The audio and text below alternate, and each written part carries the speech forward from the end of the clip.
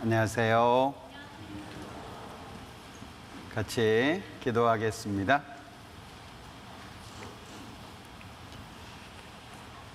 우리를 사랑하시는 자비로우신 주님, 참으로 감사합니다.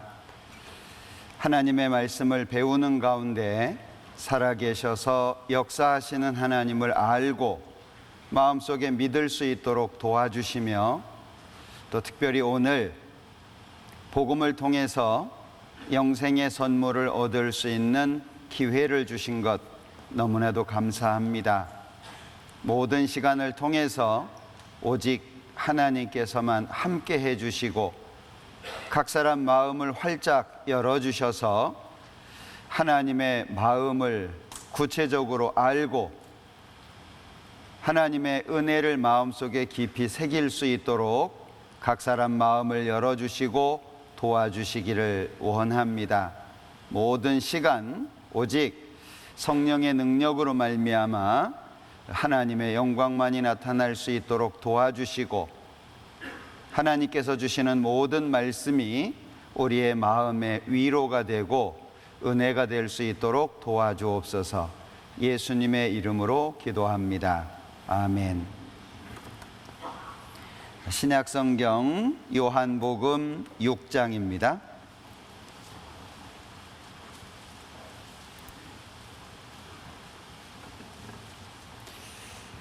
요한복음 6장 40절. 요한복음 6장 40절입니다. 내 아버지의 뜻은 아들을 보고 믿는 자마다 영생을 얻는 이것이니 마지막 날에 내가 이를 다시 살리리라 하시니라. 거기까지입니다. 오늘은 결론에 해당되는 부분을 같이 고민을 해봐야 됩니다. 하나님께서는 모든 사람이 구원받기를 원하신다라고 말씀을 하셨습니다. 구원을 받지 못하는 이유가 무엇일까? 성경에서는 마음에 원치 않기 때문이다라고 말씀하고 있는데, 마음을 열고 구원받기를 간절히 소망하는 그런 마음 가운데 오늘 함께 하시면 좋겠습니다. 화면에 보시면 심판을 받는 이유가 성경에는 구체적으로 표현이 되어 있습니다. 데살로니가후서 1장에 보면 예수님께서 하늘로부터 불꽃 중에 나타나실 때에 하나님을 모르는 자들, 또 우리 주 예수의 복음을 복종치 않는 자들에게 형벌을 주실 텐데, 그 형벌이 영원한 멸망의 형벌이라고 말씀하고 있습니다. 그리고 스바냐서 1장에 보면 여호와를 배반하고 좇지 아니한 자, 여호와를 찾지도 아니하며 구하지도 아니한 자를 심판하겠다라고 말씀하셨고, 시편 9장에서는 하나님을 잊어버린 모든 열방이 심판을 받을 것을 말씀하고 있습니다. 어제 우리는 여러 가지 모습의 죄를 생각해 보았고, 우리가 죄인으로 출생을 해서 죄 가운데 살다가 심판받고 지옥에 갈 수밖에 없다는 것을 배웠습니다. 그래서 우리 편에서 해야 되는 것이 뭐냐? 회개라고 말씀을 드렸는데, 어제 집에 가셔서 좀 삶도 뒤돌아보시고 또 기도도 하셨는지 모르겠어요. 너무 피곤하셔가지고 가시자마자 주무셨는지 모르겠는데, 혹 기도를 못하신 분들이 계시다면 기도하는 마음으로 말씀을 들으시면 좋겠습니다. 어제 봤던 말씀인데요, 하나님의 구하시는 제사는 상한 심령, 그래서 상하고 통회하는 마음을 하나님께서 멸시치 않는다라고 말씀하셨습니다. 성경에 대표적으로 누가복음 23장에 보면 예수님 옆에 있던 그 십자가에 달려있던 강도가 한 말입니다. 예수여, 당신의 나라에 임하실 때 나를 생각하소서라고 예수님께 구했고, 예수님의 답변은 오늘 네가 나와 함께 낙원에 있으리라. 오늘 우리도 이와 같은 성령의 역사로 하나님으로 말미암아 우리의 마음속에 이런 약속이 믿어져야 될 겁니다. 우리가 해야 될 일이 뭐냐? 회개하고 복음을 믿는 건데, 회개에 대해서는 어제 말씀을 드렸잖아요. 그러면 복음을 믿으라 하셨는데, 복음을 믿는다는 게 뭐냐? 복음의 중심에는 예수님이 계십니다. 그러니까 주 예수를 믿으라, 그리하면 너와 네 집이 구원을 얻으리라 하셨는데, 오늘은 예수를 내가 왜 믿어야 되고, 그 예수님과 내가 무슨 관계가 있고, 도대체 예수님께서 나에게 뭘 해주셨기 때문에 내가 예수를 믿어야 되는 것인지 구체적으로 살펴보겠습니다. 오늘 읽었던 말씀인데요. 내 아버지의 뜻은 아들을 보고 믿는 자마다 영생을 얻는 이것이니 마지막 날에 내가 이를 다시 살리리라 하시니라. 성경에는 분명하게 나타나 있는데 사람들은 그 분명한 하나님의 말씀을 자꾸 의문을 달고 자기 나름대로의 해석을 합니다. 여기 6장 찾으셨으니까 28절에 보면은요, 요한복음 6장 28절, 저희가 묻되 우리가 어떻게 하여야 하나님의 일을 하오리까? 사람들은 하나님의 일 그러면 뭔가 열심히 하고 충성하고 봉사하고 뭔가 노력하는 행위를 떠올립니다. 그런데 29절에 보면 예수께서 대답하여 가라사대 하나님의 보내신 자를 믿는 것이 하나님의 일이니라 하시니, 시작이 무엇이냐 하면 믿는 것으로 출발하는 겁니다. 우리가 무엇을 하는 것이 아니라 믿는 것이 바르게 되어야 그 다음에 하나님 앞에 온전한 삶을 살 수 있을 거예요. 그래서 여기에 보면 하나님의 뜻이 뭐냐? 내 아버지의 뜻은 첫째는 믿는 겁니다. 그리고 믿음으로 말미암아 영생을 얻는 건데, 여기 믿는 자마다 그랬잖아요. 믿는 사람은 누구든지 그런 뜻입니다. 그러면 믿는다라고 했을 때 앞에 아들을 보고 그랬잖아요. 그래서 오늘은 예수님에 대해서 구체적으로 같이 고민해 보고 생각해 보려고 합니다. 자, 예수님께서 이 땅에 오셨습니다. 2023년 전에 이 땅에 오셨다가 십자가에서 다 이루었다 하시고 가셨습니다. 예수님은 왔다가 이미 가셨습니다. 그러면 예수님께서 다 이루었다 하셨는데 과연 무엇을 다 이루신 걸까? 그것이 나하고 무슨 상관이 있고, 예수를 믿으라고 말을 하는데 과연 예수 믿는다는 게 무엇을 말하고 어떤 내용을 믿어야 되는 것인지, 그걸 구체적으로 생각해 보죠. 먼저 예수님께서 이 땅에 왜 오셨을까? 그 이유를 아는 것이 아주 중요합니다. 마태복음 20장인데요. 인자가 온 것은 섬김을 받으려 함이 아니라 도리어 섬기려 하고 자기 목숨을 많은 사람의 대속물로 준다라고 여기 말씀하고 있는데, 이 대속물이라고 하는 것은 대는 대신을 의미합니다. 속이라고 하는 것은 죄를 용서한다라고 하는 의미의 속자입니다. 그리고 물이라고 하는 것은 재물을 말하니까 죄를 대신 용서하기 위해서 바쳐지는 재물, 그런 의미입니다.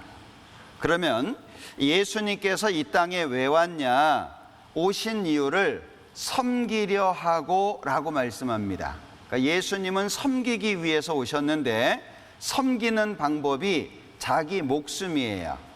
한마디로 얘기하면 예수님은 죽으러 오셨다는 얘기입니다. 자기의 유익을 위해서 온 것이 아닙니다. 도리어 그랬죠. 섬김을 받는 게 아니에요. 하나님을 믿는 많은 분들이 하나님 앞에 은혜를 얻으려면 내가 뭔가 하나님 앞에 해야 되는 것이 있다고 잘못 생각하는 경우가 있어요. 자, 예수님은 섬김을 받으려고 오신 것이 아니고 섬기려고 오신 겁니다. 그 섬기는 방법이 자기 목숨을 주는 거예요. 예수님은 죽으러 오셨다는 걸 기억해야 됩니다. 자, 하나님의 마음이죠. 이 하나님의 마음 때문에 디모데전서 2장 5절 말씀이 이어지게 됩니다. 하나님은 모든 사람이 구원을 받기를 원하죠. 그래서 하나님 편에서 한 사람을 보내시게 되는데 여기 5절 말씀입니다. 하나님은 한 분이시죠. 우리가 그동안 배웠던 겁니다. 하나님은 한 분이신데 중보도 한 분입니다. 이 한 분 중보가 누구냐? 예수님이라고 말씀하고 있죠. 자, 그런데 누구와 누구 사이의 중보냐?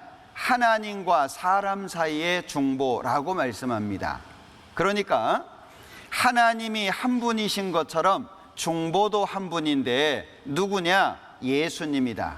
그럼 중보는 하나님과 사람 사이에, 그랬으니까 중간에서 양쪽을 도와주는 역할입니다. 우리가 집을 구하기 위해서 부동산을 찾아가는 것처럼, 그래서 중개업이라고 얘기하잖아요. 하나님과 사람 사이에 뭔가 문제가 있고 그 문제를 해결하기 위해서 예수님이 오셨는데 그 중보는 한 분이다 라고 말씀하고 있는 겁니다. 그래서 여기 하나님과 사람 할 때 이 사람은 영어 성경에 보면 복수를 썼고 예수님을 설명하는 사람은 단수를 썼습니다. 세상 모든 사람과 하나님 사이에 딱 한 분, 예수님만이 중보라고 말씀하고 있죠. 그래서 예수님을 통하지 않고서는 하나님 앞에 갈 수 없다고 말하는 겁니다. 여기 그 예수님께서 마가복음 2장에 보면 건강한 자에게는 의원이 쓸데없고 병든 자에게라야 쓸데있느니라. 내가 의인을 부르러 온 것이 아니요 죄인을 부르러 왔다 말씀하셨는데 여기 색깔을 같이 칠해봤습니다. 예수님은 의사입니다. 어떤 의사냐 하면 병든 자를 고쳐주는 의사인데 이 병든 자는 죄인을 가리킵니다. 그런데 건강한 사람이 누구냐 하면 의인을 말합니다. 내가 다른 사람보다 못한 게 뭐 있냐? 나 정도만 해라. 나는 그래도 깨끗하게 살았다. 이 자기의 죄를 깨닫지 못하는 사람은 예수님하고 관계가 없습니다. 우리 어떤 분이 하나님이 정말 계시다면 세상이 왜 이러냐라고 얘기하시는 분들이 가끔 있어요. 그럴 때마다 드리는 예화가 있습니다. 여러분들 가끔 뭐 미용실도 가시고 이발소도 가시잖아요. 예? 그런데 어떤 사람이 그러는 거야. 이렇게 머리 긴 사람들이 많냐? 이발소도 많고 미용실도 많은데 왜 이렇게 머리를 다듬지 않고 다니는 사람들이 많냐라고 불평할 수는 없죠. 그러면 머리를 다듬지 않고 왜 그렇게 다닐까요? 안 가니까. 이발소에도 안 가고 미용실에도 안 가니까. 하나님이 계시다면 세상이 왜 이러냐? 세상이 왜 이렇죠? 하나님을 거부하니까. 그분들이 항상 하는 말이 교회는 잘못하면 안 되고 교회는 세상 사람들이 손가락질 할 수 있는 그런 일들이 없어야 되고 기준이 다르다는 거예요. 이렇게 얘기를 드려볼게요. 예수 안 믿는 사람이 술 끊었습니다. 그럼 잘했다 그래요. 근데 예수 믿는 사람이 술을 끊으면 저 예수에 미쳐서 저런데요. 기준이 다르죠. 예수 안 믿는 사람이 담배를 끊으면 잘했다고 얘기합니다. 좋지도 않은 거 뭐 빨리 잘 끊었다. 근데 예수 믿는 사람이 담배를 끊으면 예수 믿어서 미쳐서 저런다고 얘기해요. 세상이 왜 이렇죠?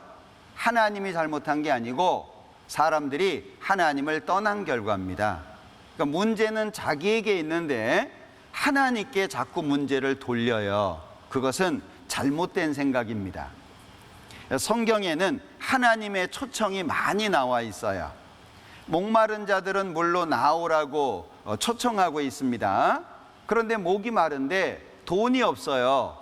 돈 없는 사람도 오랍니다. 돈 없이 값 없이 포도주와 젖을 사라고 말씀하세요. 성경에는 하나님의 초청이 많이 나와 있지만 그 하나님의 초청을 자기 스스로가 거부하는 겁니다. 그래 놓고 하나님 탓을 하는 거예요. 자, 여기에서 예수님은 의사입니다. 죄인을 깨끗하게 만들어서 천국에 보내주는 의사인데 자기 스스로 건강하다고 생각하니까 의사가 필요 없는 거예요. 교회를 다닙니다. 어려서부터 다닙니다. 기독교 학교도 다닙니다. 그런데 자기의 상태를 잘 몰라요. 그러니까 의사를 옆에 두고 죽어가고 있는 겁니다. 여기 우리는 이 죄에 대한 문제를 해결을 해야 되는데 죄는 안 지을 수 있는 방법이 없어요. 자, 내가 죄를 안 짓고 깨끗하게 살아야 되겠다 작심을 했습니다. 죄 안 지을 수 있을까요? 죄를 적게 지을 수는 있어요. 내가 착하게 살아야지 그러면 죄를 줄일 수는 있다는 거죠. 그런데 죄를 안 지을 수는 없어요. 왜요? 우리는 오늘도 많은 죄를 지었을 거예요. 눈은 보면 판단합니다. 자연스럽게 하죠. 뭐 잘생겼네, 못생겼네, 눈이 째졌네, 한 손가락 하겠네. 우리는 내가 어떤 죄를 지으려고 하는 게 아니고 그냥 마음속에서 올라옵니다. 오늘도 많은 죄를 지었을 거예요. 우리는 죄를 안 지어서 착하게 살아서 천국 가는 게 아니고요. 죄를 용서받아야 됩니다. 하나님께로부터 죄를 용서받는 방법밖에 없어요. 그래서 성경에는 속죄제라고 하는 단어가 나옵니다. 자, 보시죠. 죄 삭은 사망입니다. 죄의 결과는 사망입니다. 자, 죄인이기 때문에 죄라고 하는 것이 자연스러운데 그림이 어떻게 바뀌는지 잘 보세요. 자, 다시 한번. 죄가 처리됨으로 말미암아 죄인이라는 신분이 바뀌게 되죠. 중요한 건 죄와 관련되어 있는 문제입니다. 우리는 죄를 안 짓는 것도 못하고 죄를 처리하는 것도 못합니다. 죄 삭은 사망인데 우리가 죄를 어떻게 처리하겠어요? 내가 죽으면 심판받고 지옥 갑니다. 그러니 죄를 안 짓거나 내가 죄를 처리하는 게 아니라 내가 아닌 누군가가 내 대신 죄를 처리해 주셔야 돼요. 레위기 17장에 보면 육체의 생명은 피에 있다고 말씀하셨는데 내가 이 피를 너희에게 주어 단에 뿌려 너희의 생명을 위하여 속하게 하였나니 생명이 피에 있으므로 피가 죄를 속하느니라. 뒤에를 다시 읽어보면 피가 죄를 용서하느니라, 그런 의미입니다. 자, 사고가 났습니다. 바닥에 피가 쫙 깔렸어요. 우리 무슨 생각하죠? 피가 좀 많이 이렇게 흘러 있습니다. 그럼 우리는 죽음을 생각합니다. 그 사람이 죽었는지 안 죽었는지 확인하지 못했어요. 그런데도 죽음을 생각하죠. 피가 많이 깔려 있는데 야, 이 사람 피 많이 흘려서 어지럽겠다, 그 생각하는 사람은 없을 거예요. 왜 피를 보면 생명을 생각할까요? 이건 우리가 배운 게 아니에요. 하나님의 형상을 닮은 영을 가지고 있기 때문에 그냥 아는 거예요. 그래서 아이들도 투닥투닥 하다가 누구 코피 하나 터지면 싸움 끝나잖아요. 피라고 하는 것이 생명과 직결된다는 걸 기본적으로 알고 있다는 거예요. 자, 레위기 4장을 찾아보겠습니다.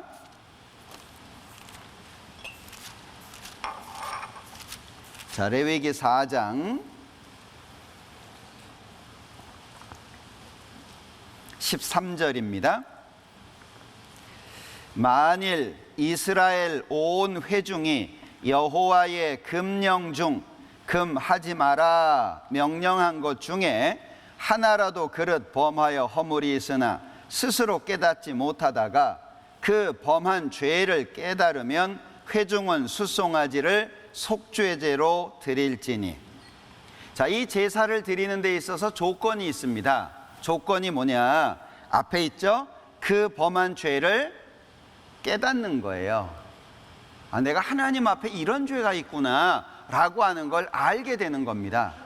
어제 2시간 내에 우리가 하나님 앞에 죄인으로 출생을 하고 죄를 짓는 삶을 살고 있다는 걸 말씀드린 이유가 있어요. 시작하면서 말씀드렸죠. 죄 많으니까 지옥 가라가 아니에요. 우리는 하나님 앞에 심판받을 수밖에 없는 죄가 많아요. 그렇기 때문에 지옥에 가면 안 된다는 것을 강조하신 거예요.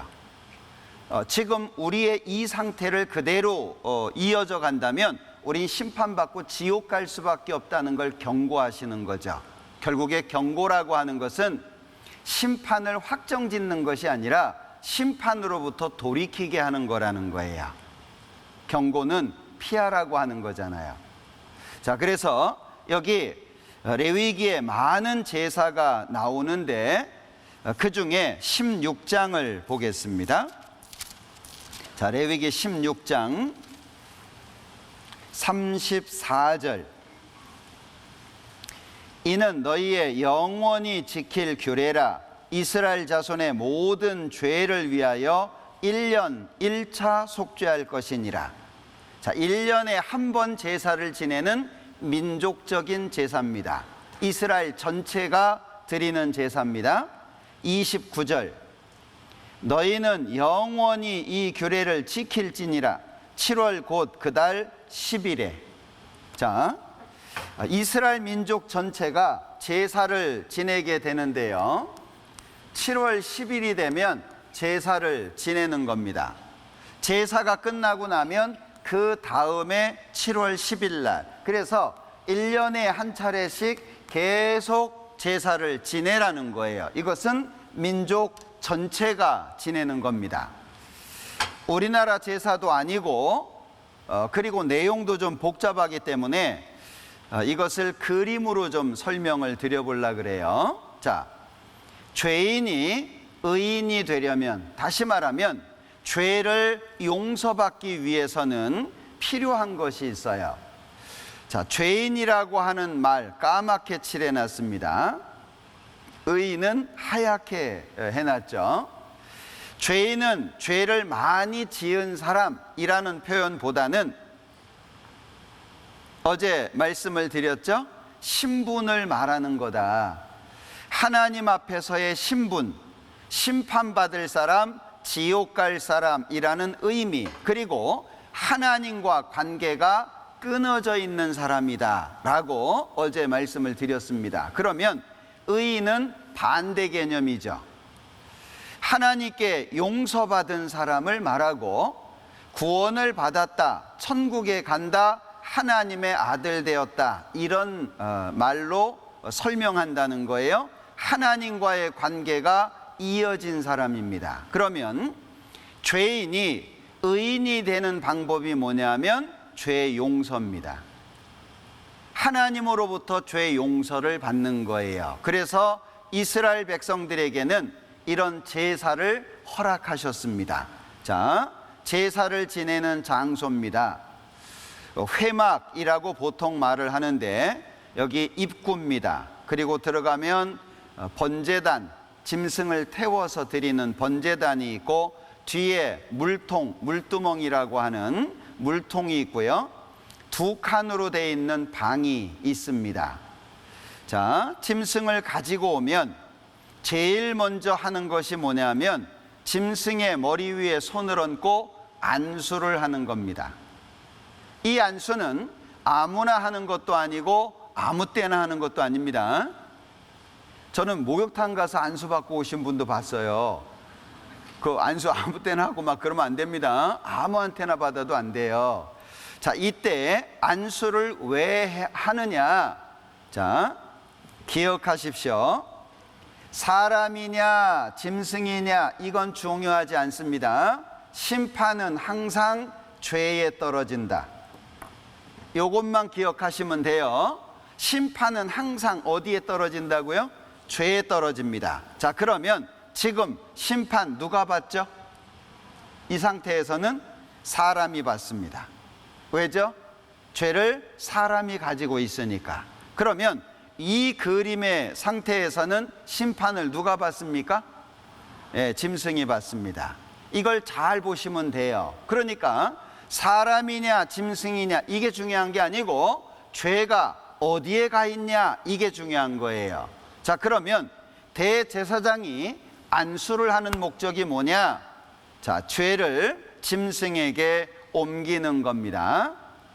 그리고 나면 그 짐승을 잡아요. 그리고 반드시 피를 받습니다.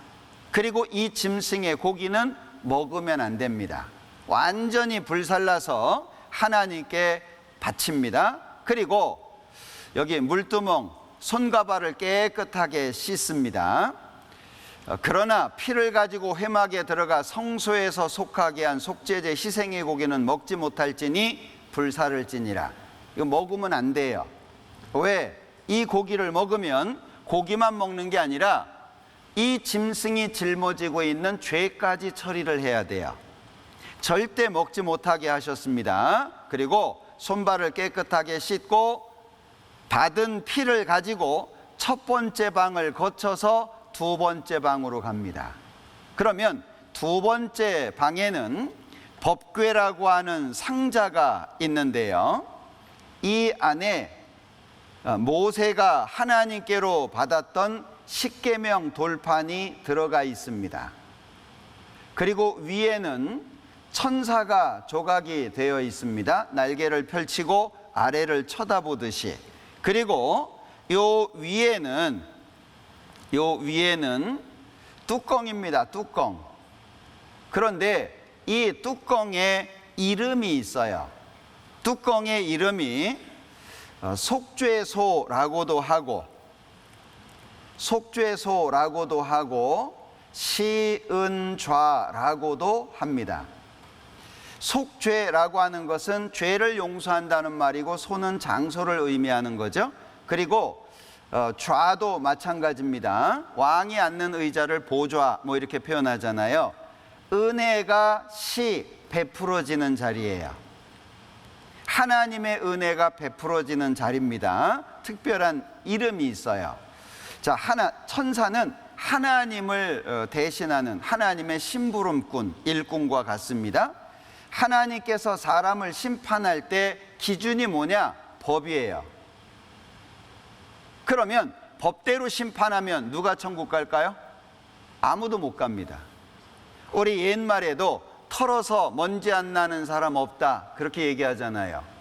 그러니까 어떤 사람이든지 하나님 앞에 죄가 하나도 없이 깨끗할 수는 없다는 거예요. 그런데 심판의 기준이 십계명이라면 우린 아무도 천국 못 갑니다. 그러니까 대제사장이 피를 가지고 들어가는데 이 피를 뚜껑에 뿌리는 거예요.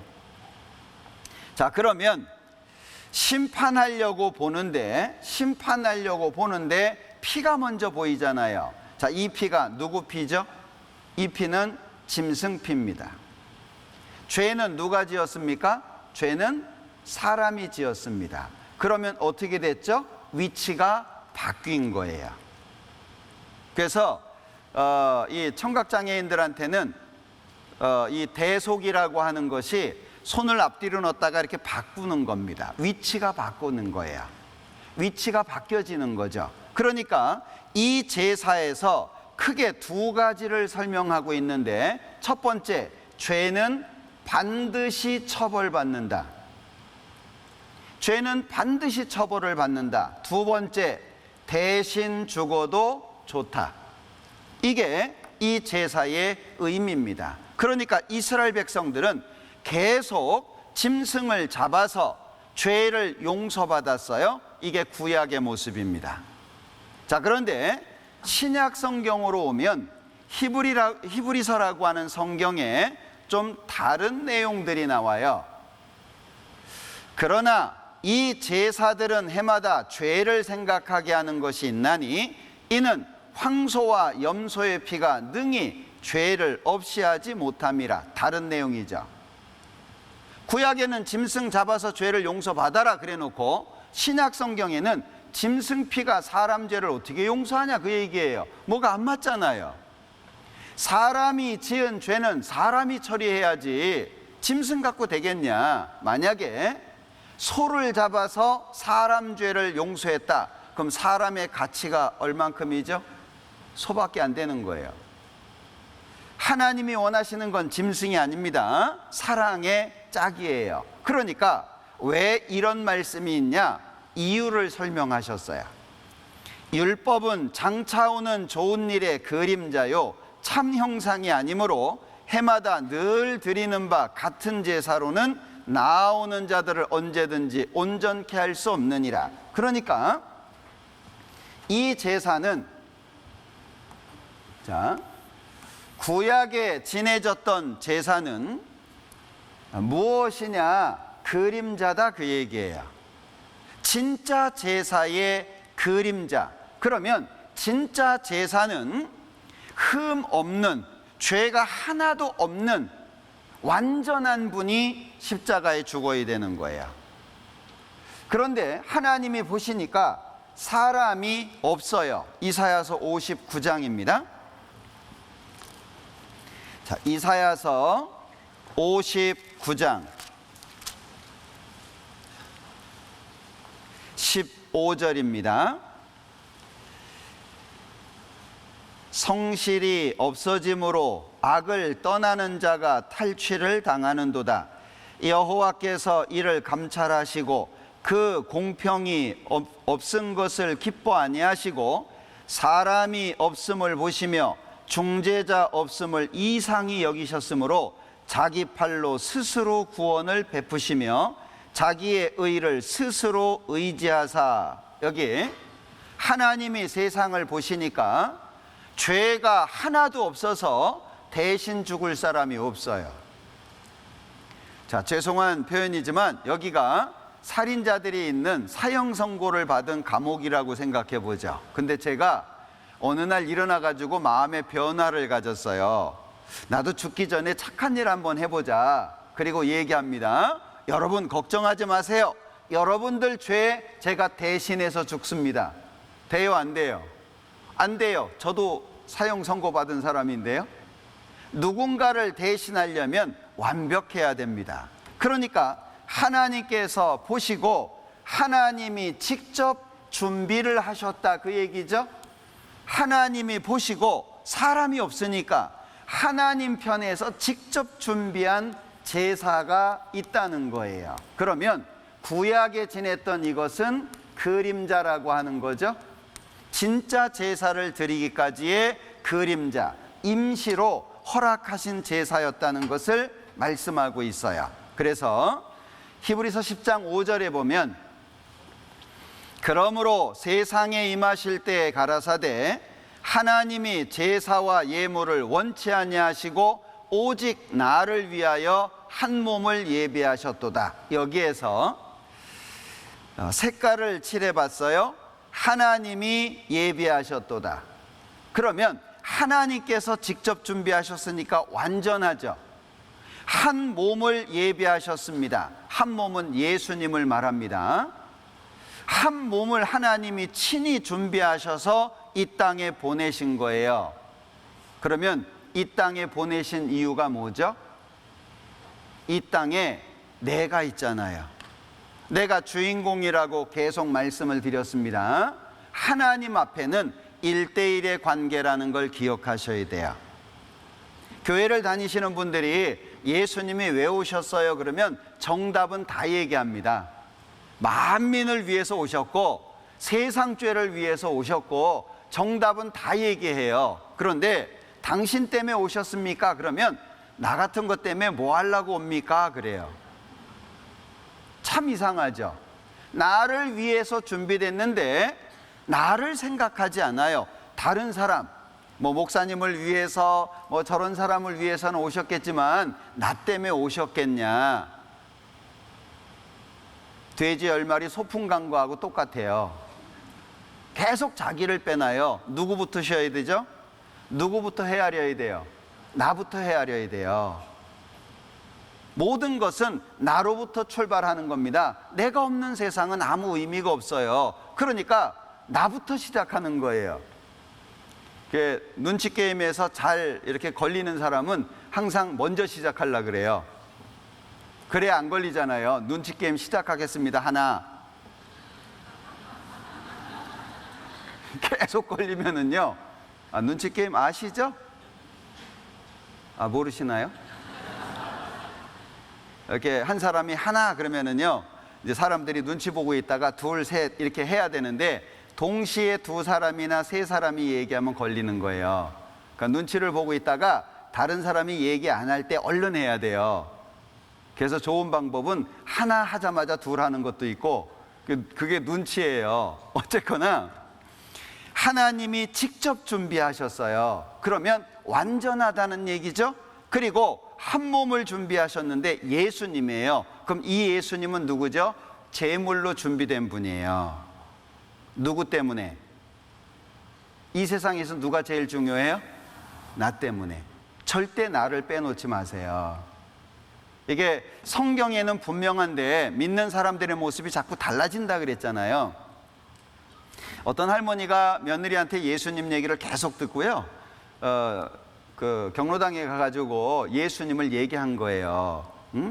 뭐 예수님이 이 땅에 오셨다고, 예수님께서 우리를 사랑하신다고 자꾸 그러니까 옆에 있던 할머니가 그 예수가 누구요?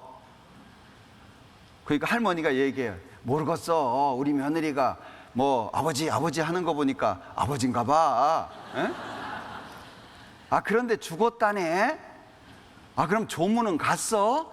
가려고 했지. 근데 또 살아났다네. 많은 분들이요. 예수님 얘기를 참 희한하게 잘 모르시는 것 같아요. 분명하게 성경에서 말씀하고 있는데 자꾸 엉뚱한 얘기를 해요. 자, 여기 화면 보시죠. 하나님이 준비하셨어요. 그런데 하나님이 준비하셨는데 제사와 예물을 원치 않아요. 하나님은 제사는 구약의 짐승 잡는 제사입니다. 예물은 무엇을 갖다 바치는 거잖아요. 하나님은 제사와 예물을 원치 아니하시고 하나님이 직접 준비하셨어요. 한 몸 예수님을. 누구 때문에? 누구 때문에? 이 세상의 주인공인 나 때문이에요. 이걸 자꾸 빼먹으면 안 됩니다. 예. 우리 왜 가끔 이렇게 식사하러 가면 이렇게 한꺼번에 나오는 음식들이 있잖아요. 중국집에 이렇게 코스 요리를 간다든지 그러면 한 분이 이렇게 떠서 이렇게 주는 경우가 있잖아요. 다른 건 다 용납이 돼도 배식의 실패는 용납이 안 되잖아요. 근데 눈치 보면서 이렇게 하다 보니까 나중에 자기 먹을 게 없어요. 그런 분은 그릇에 덜면 안 돼요. 다른 사람 먹는 거 쳐다만 보고 있을 수는 없잖아요. 그거 잘 계산해야 됩니다. 그래서 요즘에는 얼마 전에도 가봤더니 그 칠리 새우 이렇게 시켰는데요. 사람한테 2개씩 딱 할당되도록 나오더라고요. 뭐 다른 곳은 어떤지 모르겠는데 자기 빼먹으면 안 된다는 얘기입니다. 또 집에 가서 새우만 생각하시면 안 돼요. 자, 여기 제가 이 말씀을 계속 드리는 이유가 있어요. 이거는 나를 위해서 준비된 거다. 나한테 주기 위해서 준비된 거다. 이거 잊어먹지 말라는 거예요. 그래서 하나님이 직접 준비했기 때문에 완전하고 한 몸 예수님께서 내 대신 오셨기 때문에 나라고 하는 존재의 가치는 너무나도 중요하고 귀하다는 거예요. 여기 컵이 있는데요.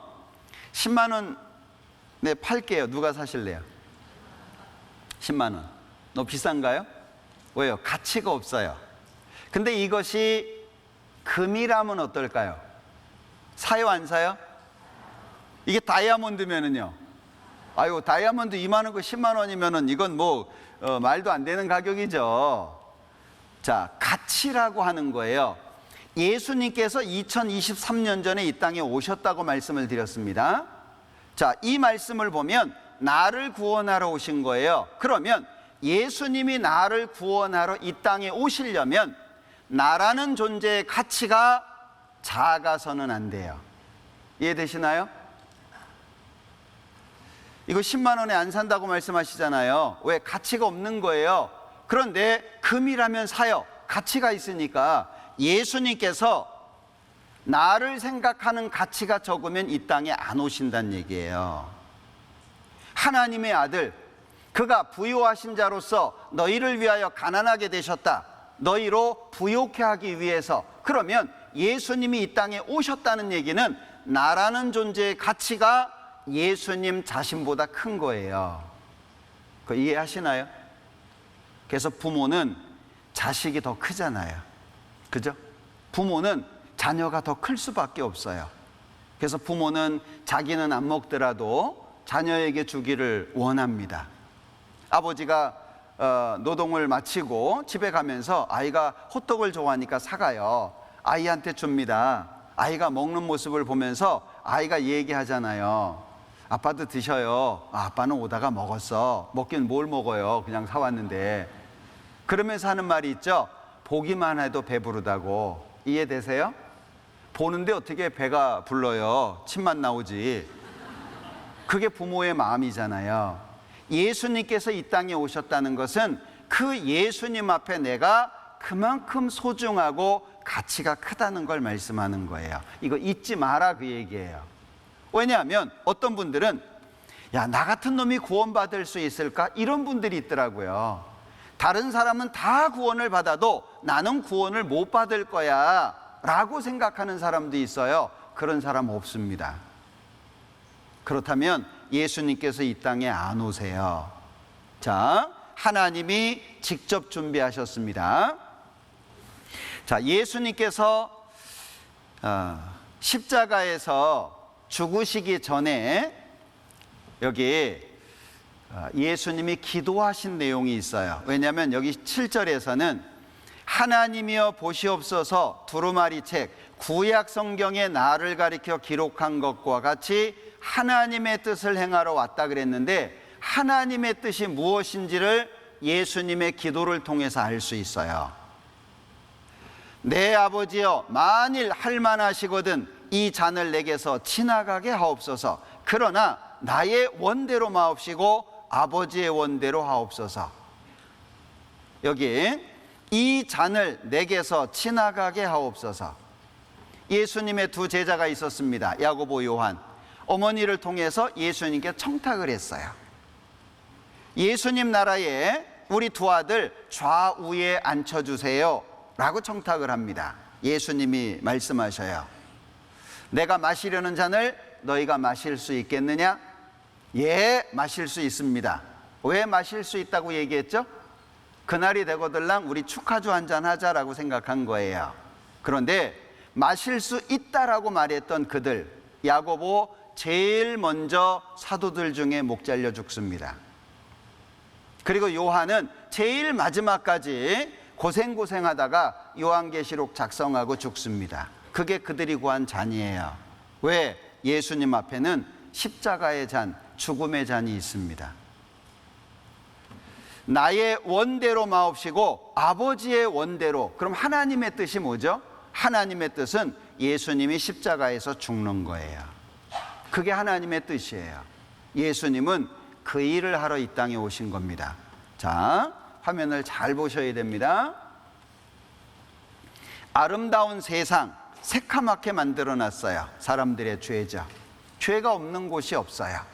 하나님께서 예수님을 보내주셨습니다. 그런데 잘 보셔야 됩니다. 세상 죄를 예수님에게 옮기셨어요. 누가? 마치 짐승 머리 위에 안수를 해서 이스라엘 백성들 1년 동안에 지은 죄를 옮겼던 것처럼 세상의 모든 죄를 예수님에게 옮겼습니다. 누가? 이게 중요한 거예요. 자, 이게 같이 읽어보죠. 우리는 다 양 같아서 그릇 행하여 각기 제 길로 갔거늘 여호와께서는 우리 무리의 죄악을 그에게 담당시키셨도다. 자, 누가 옮겼죠? 누가요? 힌트. 노란색의 큰 글씨. 왜요? 하나님은 이름이 아니에요. 우리 대학에 가면 교수님들이 많은데 이름 아니잖아요. 하나님은 권세 있다, 능력 있다, 그런 의미예요. 그러니까 여호와는 하나님의 이름입니다. 결국 하나님께서 세상 모든 사람의 죄를 옮기신 것은 하나님 자신의 이름 걸고 하신 일이에요. 이게 어떤 의미인지 이해되시죠? 그냥 하나님이 심심풀이로 하시는 게 아니에요. 하나님 자신의 이름 걸고 하시는 일이에요. 자신의 모든 걸 걸고. 그래서 세례 요한이 예수님을 보고 이렇게 증거합니다. 보라, 세상 죄를 지고 가는 하나님의 어린 양이로다. 여기에서 세상 죄라고 하는 말은 세상 역사 시작부터 세상 역사 마지막까지 모든 사람의 죄를 세상 죄라고 이야기하는데, 나는 태어나서 오늘을 살고 앞으로 얼마 살다가 죽게 될 거예요. 자, 그러면 나는 이미 과거에 지은 죄가 있습니다. 이 과거에 지은 죄, 또 앞으로 얼마를 살지 모르지만 살다 보면 또 죄를 짓게 될 거예요. 그런데 나의 과거, 내가 죽을 때까지의 죄가 어디에 포함되어 있죠? 세상 죄 속에 포함되어 있어요. 우리 학교에서 배운 거 기억하시잖아요. 부분은 전체에 속한다고. 기억하시죠? 전체를 치웠는데 부분이 남겨져 있을까요? 전체를 다 옮겼어요. 예수님께 전체 세상 죄를 다 옮겼어요. 근데 내 죄는 남겨져 있을까요? 그렇지 않아요. 세상 죄라고 하는 이 죄 속에 빠져 있는 사람은 아무도 없어요. 그러니까 세상 죄라고 하는 것은 이 세상 역사 시작 마지막까지 모든 사람의 죄일 뿐 아니라 구체적으로 나의 과거, 현재, 미래가 포함되어 있는 거예요. 어떤 분 그래요. 내가 짓지도 않은 죄를 어떻게 하나님이 옮기냐. 하나님을 뭘로 보길래. 여러분들, 하나님은 사람이 아니십니다. 하나님은, 자, 예수 그리스도는 어제나 오늘이나 영원토록 동일하시다. 시간과 공간 안에 사는 우리가 시간과 공간을 초월하는 걸 어떻게 이해하죠? 우린 이해 못해요. 하나님은 내 머리로 이해되는 분이 아니에요. 이건 하나님 편에서 하셔요. 아까 우리 찾아봤죠? 중재자가 없어요. 이 세상에서 육체를 가지고 다른 사람의 죄를 대신 처리할 사람이 없어요. 그게 누가 준비하는 거죠? 하나님 편에서. 사람으로서는 할 수 없지만 하나님으로서는 다 하실 수 있다. 하나님의 능력, 하나님 편에서 하시는 일이라는 걸 기억하셔야 돼요. 그래서 세례 요한이 보라, 세상 죄를 지고 가는 하나님의 어린 양이다. 자, 지고 갔습니다. 그러면 우리 뭐 하면 되죠? 시작할 때 읽었잖아요. 내 아버지의 뜻은 첫 번째, 아들을 보는 겁니다. 두 번째는 믿는 겁니다. 그 결과로 영생이라고 하는 것이 주어진다고 말씀한 거예요. 자, 그러면 우리는 지금 뭘 보고 무엇을 믿습니까? 이 시점에서 하나님께서 자기 이름을 걸고 세상 모든 죄, 나의 과거, 현재, 미래의 죄를 예수님께 옮겼구나, 그걸 보는 거고 그 사실을 믿는 거예요. 옮기셨구나. 이해되시죠? 자, 그 다음에 예수님께서 심판을 받으셔야 되는데, 그러면 예수님이 심판을 받으심으로 세상 죄를 처리했을까? 나한테 문제가 없도록 예수님이 다 해결하셨을까? 이 부분을 이제 우리가 남은 시간 속에 확인을 하려고 그래요. 자, 예수님께서 십자가에 죽으셨다는 것은 다 알죠. 자, 그런데 보라, 세상 죄를 지고 가는 하나님의 어린 양이로다 라고 말씀했는데, 자, 세상 죄, 이 속에 내 과거, 현재, 미래의 모든 죄가 담겨 있죠. 오전 9시에 달려서 오후 3시에 죽으시기까지 6시간이라고 하는 긴 시간 동안 온몸에 있는 물과 피를 다 쏟고 죽으셨어요. 예수님께서 십자가에 달리시기 전에 마태복음 26장에 보면 예수님 얼굴에 침을 뱉었습니다. 손바닥으로 때렸고 주먹으로 때렸습니다. 그래도 예수님께서는 아무 말씀하지 않으십니다. 왜요? 예수님은 나를 살리러 오셨거든요. 내가 지은 죄를 대신 처리하기 위해서 오셨습니다. 그렇기 때문에 마치 자기 죄 때문에 고난받는 것처럼 아무 말씀하지 않으셨어요. 그리고 120대의 채찍을 때립니다. 지금 우리 시대에는 잘 이런 사진을 보기는 어렵습니다만은 이게 이제 과거 노예 제도가 있었을 당시 그 노예들의 등의 모습입니다. 채찍을 맞고 제대로 치료가 안 된 상태에서 그냥 아물어버린 그런 모습을 사진으로 남긴 거예요. 이게 등이 길바닥 같잖아요. 채찍을 물속에 담가 놓은데요. 그러면 옷을 벗기고 묶어서 채찍질을 하게 되면 그 물먹은 채찍이 몸을 휘 감습니다. 그러면 잡아당기면 살이 찢어지는 거예요. 자, 예수님이 맞으신 채찍은 좀 다릅니다. 영화에 나오는 거하고 좀 다른데 손잡이는 하나, 여러 가닥으로 돼 있는데 중간중간 쇠구슬, 사이사이 짐승의 뼈나 쇠조각이 있다고 이야기합니다. 3세기의 역사가였던 유세비우스라고 하는 사람의 글에 보면 살이 갈기갈기 찢겨서 리본처럼 덜렁덜렁 매달려 있게 된다, 이렇게 증언하고 있어요. 채찍질을 당한 사람의 모습을 그렇게 표현하는 거예요. 예수님이 120대의 채찍을 맞습니다. 자, 그리고 여기 손과 발에다가 못을 박죠. 그리고 죽었는지 확인하기 위해서 가슴에 창을 찔렀습니다. 온몸에 있는 물과 피를 예수님이 다 흘리셨어요. 보라, 세상 죄를 지고 가는 하나님의 어린 양이로다. 예수님이 자기 피로 세상 모든 죄를 다 처리하셨습니다. 그리고 십자가에서 이렇게 말씀하신 거예요. 예수께서 신포도주를 받으신 후 가라사대 다 이루었다 하시고 머리를 숙이시고 영혼이 돌아가시니라.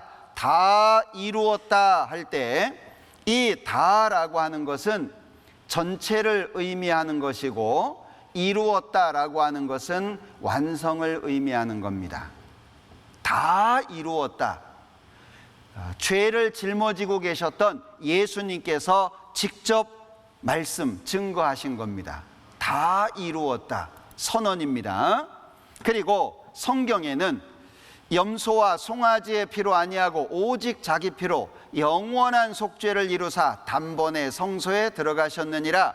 영원한 속죄라고 표현하고 있는데 여기 영원이라고 하는 것은 기간을 설명할 수 있고 속죄는 내용을 설명할 수 있습니다. 그러니까 죄를 용서했는데 얼만큼 용서했냐? 영원히 용서했다. 그리고 이루사라고 하는 건 완성이죠. 이미 끝났다는 이야기입니다. 그러니까 성경을 통해서 우리에게 선언해 주고 계셔요. 알려주고 계신 겁니다. 그래서 하나님께서 이렇게 답을 하세요. 또 저희 죄와 저희 불법을 내가 다시 기억지 아니하리라 하셨으니 이것을 사하셨은즉 다시 죄를 위하여 제사 드릴 것이 없느니라. 자, 여기에서 내가 다시 기억지 아니하리라, 여기 아니가 아주 중요한데 무슨 일이 있어도 어떤 상황 속에서도 기억하지 않겠다라는 하나님의 약속입니다. 그러면 중심에 뭐가 있죠? 예수님의 십자가, 그리고 예수님의 피가 있습니다. 우리가 어떤 내용을 믿어야 될지를 구체적으로 알려주고 계신 거예요. 자, 보셔요. 보라, 세상 죄를 지고 가는 하나님의 어린 양이로다 라고 했을 때 이것은 세례 요한의 증거입니다. 다 이루었다. 이것은 예수님께서 증거하신 겁니다. 영원한 속죄를 이루셨다. 이것은 성경이 증거한 것이고, 내가 다시 기억지 않겠다라고 하신 것은 하나님이 증거하신 겁니다. 구약에는 한 사람으로서는 증인의 역할을 할 수가 없어요. 두 사람 이상입니다. 자, 여기 세례 요한이 증거합니다. 예수님께서 친히 증거하셨습니다. 성경에서 증거하고 있고 하나님께서 증거하십니다. 얼마나 확실하고 완전한지를 말씀해 주고 있잖아요. 자, 그러면 이렇게 증거하시는 이유가 뭐죠? 예수님의 십자가, 그리고 예수님의 피입니다. 내 대신 내가 죽어야 될 그 자리에 예수님이 죽으셨다는 걸 기억해야 돼요. 우리가 결코 잊으면 안 되는 것이, 나 때문에 죽은 분이 계세요. 나 살리려고. 자, 영상 보시죠.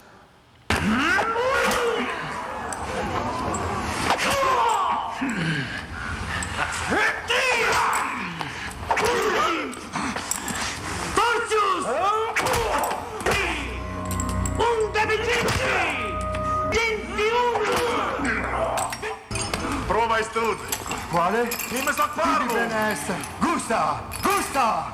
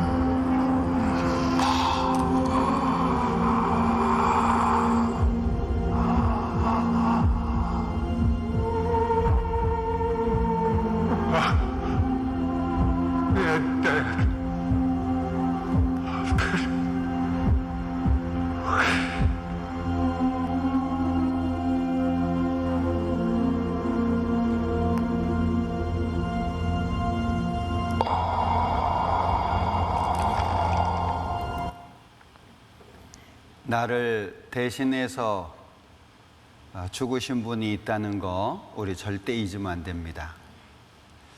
이 세상에서 큰 죄를 배은망덕이라 그러잖아요. 배은은 은혜를 배반하는 것이고 망덕은 덕을 잇는 거잖아요.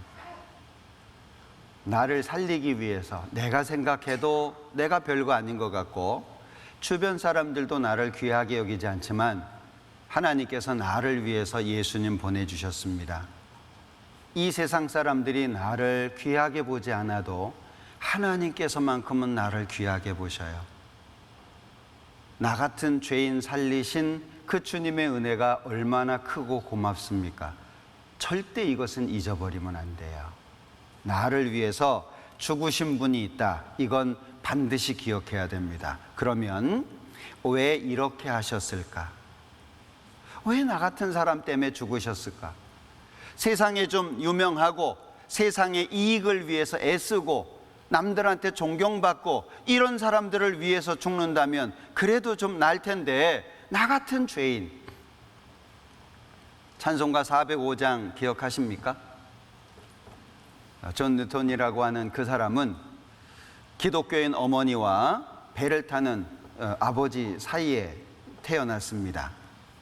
어머니는 기독교인으로 키우기를 원했고 아버지는 배를 타는 사람으로 만들길 원했는데 아버지를 따라서 배를 타러 다닙니다. 나중에 노예선 선장까지 합니다. 그러다가 그리스도를 본받아라고 하는 책을 읽게 되고 하나님을 알게 되고 나중에 목사가 됩니다. 그가 썼던 시가 나 같은 죄인 살리신이라고 하는 찬송가입니다. 우리 세계적으로 유명한 노래잖아요. 나 같은 사람 아무도 돌아보지 않지만 하나님께서 나를 보셨습니다. 외로워하고 힘들어하고 이 거친 세상에서 어쩔 줄을 모르고 방황하고 있는 나를 하나님께서 보셨습니다. 그리고 죄로 말미암아서 심판받고 지옥 가는 그 비참한 운명을 주님이 보셨어요. 그리고 예수님을 보내서 내 대신 죽게 하신 거예요. 우리가 식사 한 끼만 얻어먹어도 고맙습니다라고 인사를 합니다. 가끔 제가 있는 집무실에 형제자매님들이 오시게 되는데 그때마다 제가 차를 타드린다든지 커피를 타드리면 아이고 영광입니다 라고 얘기를 해요. 사람이 다른 사람에게 커피 한 잔 타줘도 아 영광입니다 라고 얘기하는데 우리는 점심 한 끼 얻어먹은 게 아니잖아요. 커피 한 잔 얻어먹은 게 아닙니다. 지옥 갈 수밖에 없는 나를 대신해서 죽어주신 거예요. 예수님 말씀에 사람이 친구를 위하여 목숨을 버리면 이에서 더 큰 사랑이 없다고 하셨습니다. 우리한테 보여주실 수 있는 최고의 사랑을 보여주신 거예요. 그게 십자가입니다. 왜 이러셨을까? 자, 이 영상도 한번 보시죠.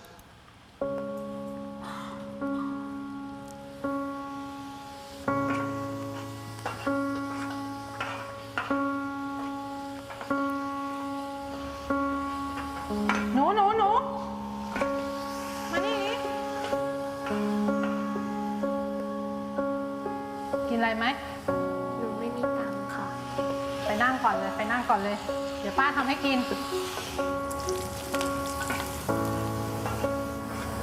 ทำไมป้าใจดีจังอะคะ โอ้ยใจดงใจดีอะไรกันเป็นแค่ข้าวจานเดียว ก็จะบอกให้นะ มีคนคนหนึ่งอะใจดียิ่งกว่าป้าอีก พลอยเที่ยงแล้วตื่นได้แล้วลูก ถึงแม้เขาจะจู้จี้จุกจิก ลงไปกินข้าว ไม่ดูแลตัวเอง เรื่องมาก แม่ไปก่อนนะเพื่อนรอ ไม่ถูกใจเราสักอย่าง ทำไมแม่โทรไปไม่ติดอ่ะ พลอยก็รีบกลับมาแล้วนี่ไง ป่านนี้นี่คือรีบใช่ไหม พลอยก็กลับมาป้าแม่ แล้วแม่เป็นห่วงเนี่ย แม่ควรปล่อยพลอยบ้างอะ ค่ะข้าวผัดไก่ไข่เจียว ไม่ใส่หัวหอม ป้ารู้ได้ยังไงอะคะว่าหนูชอบอันนี้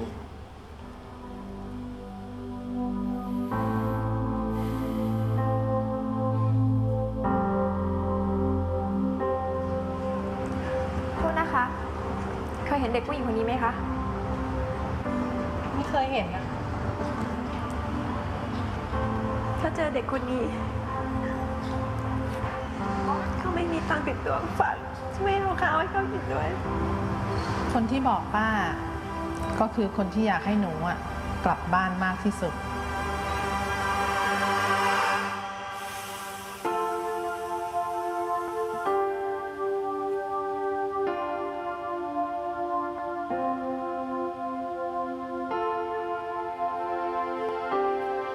ตรงนี้ลูกสาวกำลังจะสอบเดี๋ยวอยากให้แกกินของดีๆ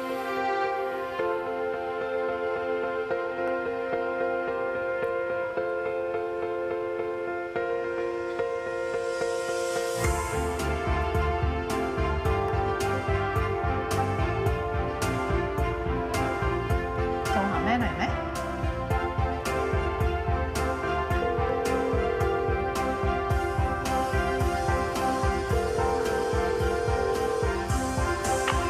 ก้อย 어떻게 오셨습니까?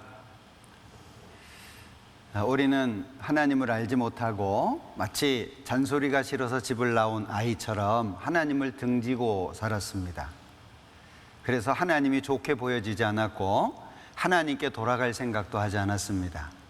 그런데 이번에 말씀을 들으시는 분들, 어떤 분은 지인일 수도 있고 말씀을 들으러 가보자 가족이 얘기할 수도 있고 직장 동료가 얘기할 수도 있었을 거예요. 그런데 내 옆에 있는 그분이 나를 인도하셨을까요?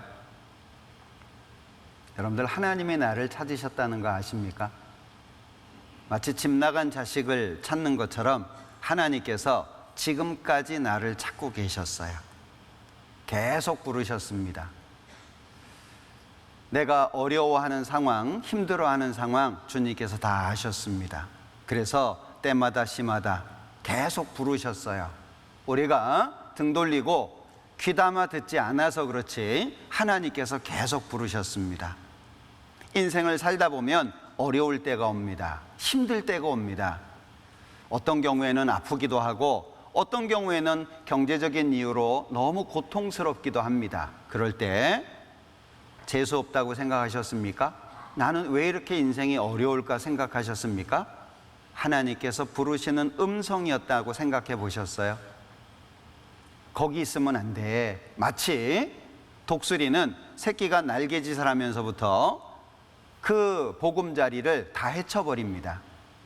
독수리는 높은 절벽에 그리고 바닥이 불편한 곳에 나뭇가지와 털을 갖다 놓고 보금자리를 만듭니다. 그러나 새끼가 날개짓을 하면 다 치워버립니다.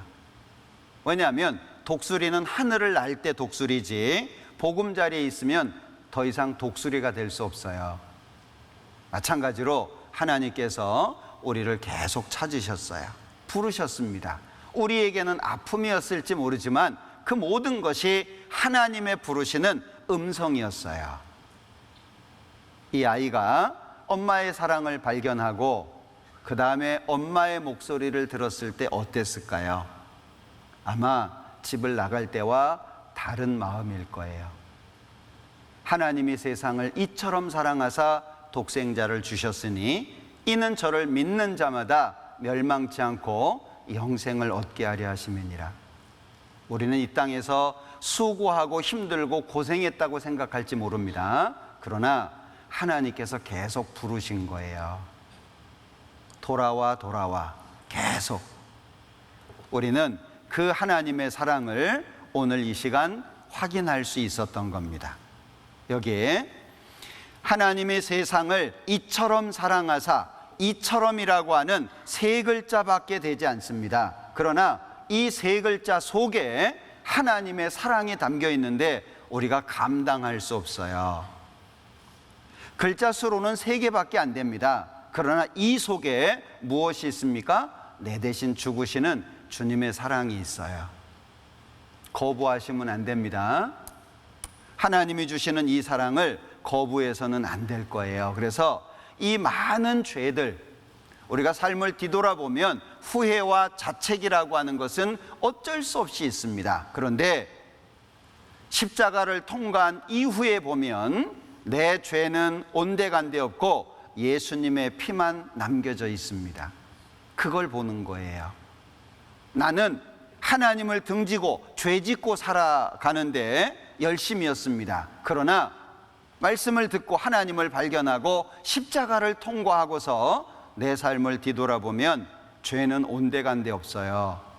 그리고 예수님의 피만 남겨져 있습니다. 그 예수님의 피는 우리의 마음 속에 진하게 칠해져야 돼요. 너희 죄와 너희 불법을 내가 다시 기억지 아니하리라. 하나님의 확실한 약속이 우리에게 주어지죠. 그래서 성경에는 십자가를 세워 놓으시고 모든 사람이 그 십자가를 바라볼 수 있도록 하나님의 약속이 많은 곳에 나와요. 이 하나님의 약속이 우리의 마음 속에 깊이 새겨져야 될 겁니다. 여호와께서 말씀하시되 오라 우리가 서로 변론하자. 너희 죄가 주홍 같을지라도 눈과 같이 희어질 것이요 진홍같이 붉을지라도 양털같이 되리라. 제가 이 말씀 때문에 한참 정말 하나님 앞에 마음이 복받쳐 오를 때가 있었어요. 여호와께서 말씀하시되 오라 우리가 서로 변론하자. 하나님이 뭐가 답답해서, 하나님이 뭐가 갑갑해가지고. 부모와 자녀는 반드시 부모가 갑입니다.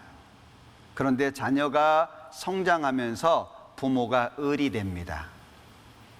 경험하시죠? 분명히 외형적으로 보여지기에는 부모가 갑이에요. 그런데 실제 잘 보면 부모가 을이에요. 왜 그러죠?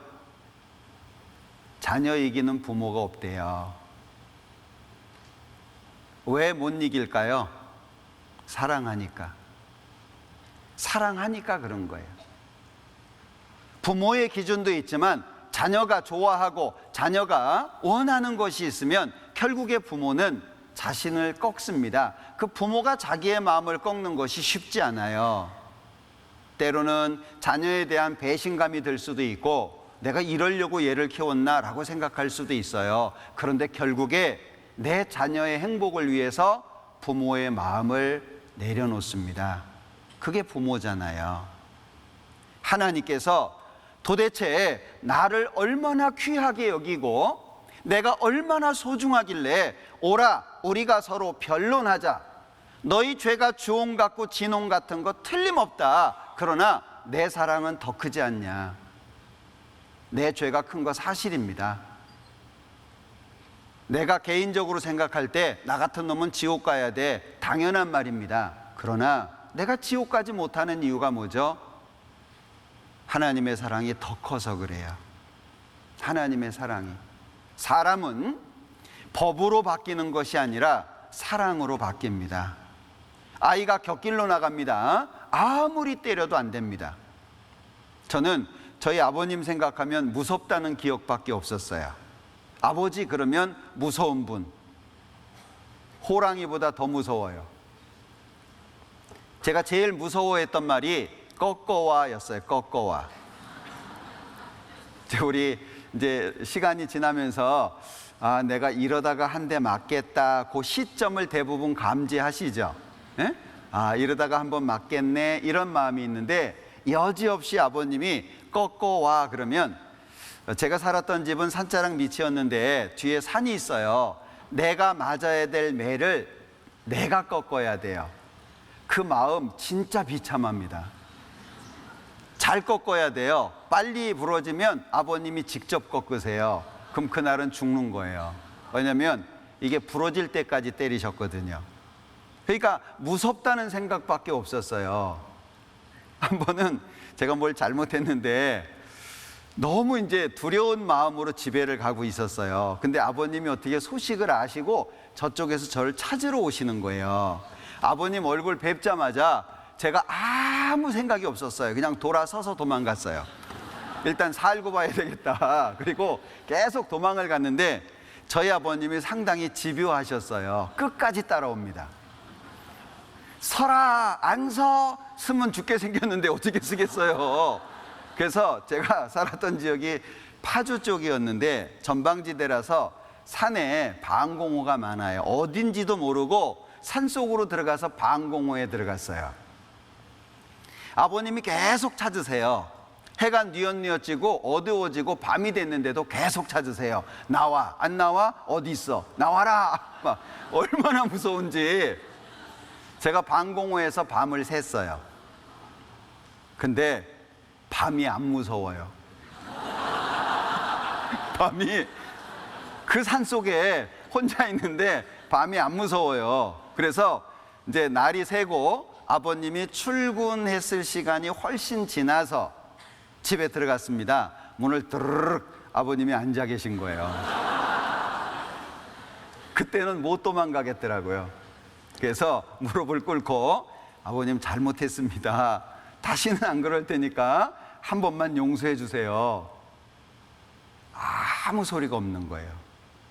아무 말씀도 안 해요. 그게 더 긴장되잖아요. 뭐라도 한마디 하시면 좋은데. 그러더니 밥 먹었냐? 아니 방공호에서 무슨 밥을 먹겠어요. 아니요, 안 먹었습니다. 밥 먹어. 그리고 출근을 하셨어요. 3글자밖에 안 되는 밥 먹어. 얼마나 마음에 평화가 오고 긴장했던 그 마음이 다 풀어져 가지고요, 얼마나 마음이 편안한지 마음의 돌이 내려놓은 것과 같았어요. 밥 먹어. 3글자밖에 안 되죠. 그 안에 뭐가 있어요? 용서가 있잖아요. 그 안에 그 용서했다. 직접적으로 용서했다는 말은 없지만 밥 먹어 라고 하는 3글자 속에 용서했으니까 걱정하지 마라, 그 내용이 있잖아요. 제가 오라 우리가 서로 변론하자. 너희 죄가 주홍 같을지라도 눈과 같이 희어질 것이요 진홍같이 붉을지라도 양털같이 되리라. 이 말씀을 보면 밥 먹어 생각나요. 밥 먹어. 마음이 얼마나 편안해지는지. 하나님이 우리에게 얼마나 내가 소중한 존재고 이뤄지기를 원치 않으시면 변론하자라고 말씀하실까요? 그 하나님의 마음을 한번 생각해 보세요.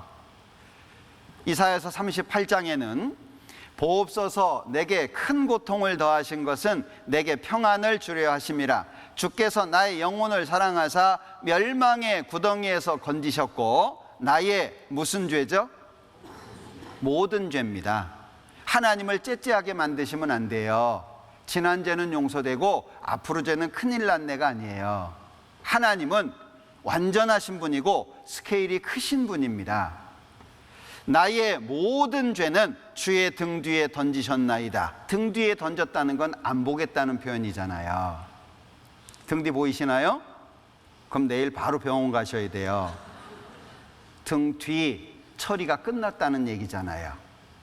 자, 그런가 하면 이사야서 43장에서는 나 곧 나는 나를 위하여 내 허물을 도말하는 자니 내 죄를 기억지 아니하리라 하셨는데, 주체, 도말하시는, 기억 안 하시는 주체가 누구냐면 하나님입니다. 하나님께서 하나님 자신을 위해서 기억 안 한대요. 우리 자녀에게 기대를 걸고 있기 때문에 자녀를 훈계할지언정 죽이지는 않잖아요. 자, 하나님 자신을 위해서 기억 안 해요. 도말하시는 거예요. 자, 우리가 시장에 가서 내가 입을 옷을 구합니다. 그러면 대충 구하지는 않죠. 안경 하나도, 저도 안경을 바꿀 때마다 테를 한참 고르거든요. 이게 맞을까? 저게 맞을까? 요게 더 나은 것 같고 요걸 선택하면 저게 더 나은 것 같고. 왜 그러죠? 내가 쓸 거니까. 나를 위하여 라고 하는 표현이 그런 거예요. 하나님 자신을 위해서 나의 허물을 도말하시고 나의 죄를 기억 안 하시겠다고 하시는 거예요. 왜? 하나님이 우리를 사랑의 짝으로 만드셨잖아요. 영원한 천국에서 함께 살기 위해서 만들었는데 죄 때문에 다 심판받고 지옥 가면 하나님이 마귀한테 지시는 거예요. 하나님이 자신을 위해서, 그리고 나를 불쌍히 여기셔서 내 허물을 도말한다라고 하셨는데, 이 도말이라고 하는 말이 지금은 잘 안 쓰는 말이기도 합니다. 도말은 이런 표현이죠.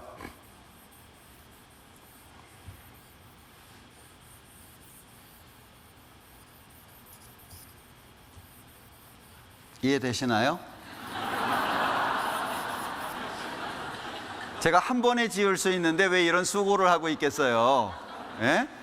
자, 도말은 이런 뜻이에요. 이해되셨어요? 자, 요게 아니에요. 자, 이게 도말이잖아요. 자, 글씨가 없어요. 왜 없죠? 지워버렸으니까. 그러니까 이 말씀은 죄가 있음에도 불구하고 하나님이 없는 것처럼 봐주겠다는 것이 아니고, 앞에 무엇이 선행되고 있죠? 도말이라고 하는 것이 선행되고 있잖아요. 십자가를 통해서 죄를 용서했기 때문에 기억할 죄가 없다라고 말씀하시는 거예요. 그런데 여기에서 주의하셔야 될 것이 있어요. 자, 여기 우리가 이제 질문을 해요.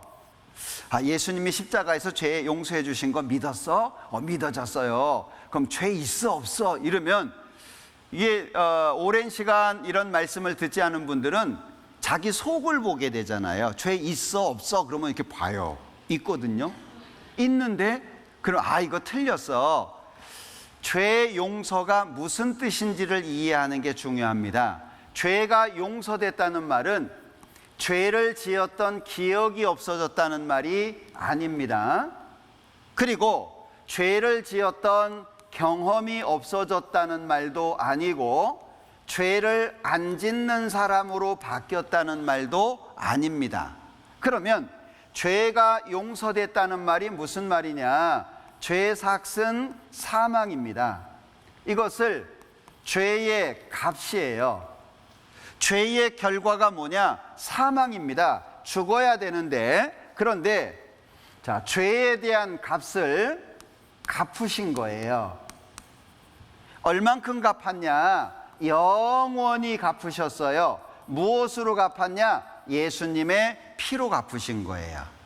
그러니까 죄가 용서됐다라고 하는 말은 죄값을 갚았다는 얘기지, 죄에 대한 기억이 없어지거나 경험이 없어지거나 죄를 안 짓는 사람으로 바뀌었다는 말이 아니라는 거예요. 그래서 이 용어를 잘 이해하셔야 돼요. 죄가 용서됐다는 말은 죄에 대한 값이 갚아졌다. 얼만큼? 영원히. 무엇으로? 예수님 피로. 이해되시죠? 이것을 잘 기억하시는 것이 필요할 것 같아요. 자, 도말하는 자입니다. 그래서 내가 네 허물을 빽빽한 구름에 사라짐같이 네 죄를 안개에 사라짐같이 도말하였으니 너는 내게로 돌아오라. 내가 너를 구속하였음이니라. 이 구속이라고 하는 단어는 좀 특별합니다. 우리가 보통 구원을 받으셨어요? 또는 거듭나셨어요? 이렇게 질문도 하지만, 구원이라고 하는 말은 구는 건진다라는 말이고요, 원은 당긴다라는 말의 한자입니다. 그러니까 구덩이에 있는 사람을 끌어당겨서 건지는 거예요. 그런데 구속이라고 하는 것은 구자는 똑같은데 속자가 아까 말씀드렸잖아요. 용서한다라고 하는 그런 의미의 속자입니다. 그런데 이 속자는 어떤 의미가 있냐면 대가가 지불됐다, 그런 의미가 있어요. 그러니까 어떻게 건지냐? 대가를 지불하고 건졌다, 그 얘기예요. 그 대가가 뭐죠? 예수님의 피잖아요. 예수님이 내 대신 죽으심으로 말미암아 내 죄가 용서돼서 건져진 거예요. 그냥 교회 다녔기 때문에 찬송 많이 하고 헌금 많이 하고 봉사 많이 했기 때문이 아니라 예수님이 십자가에서 내 대신 죽어주셨기 때문이라는 거죠. 그게 구속이라고 하는 단어의 의미입니다. 자, 이 사실을 마음속에 믿잖아요. 요한복음 1장인데요.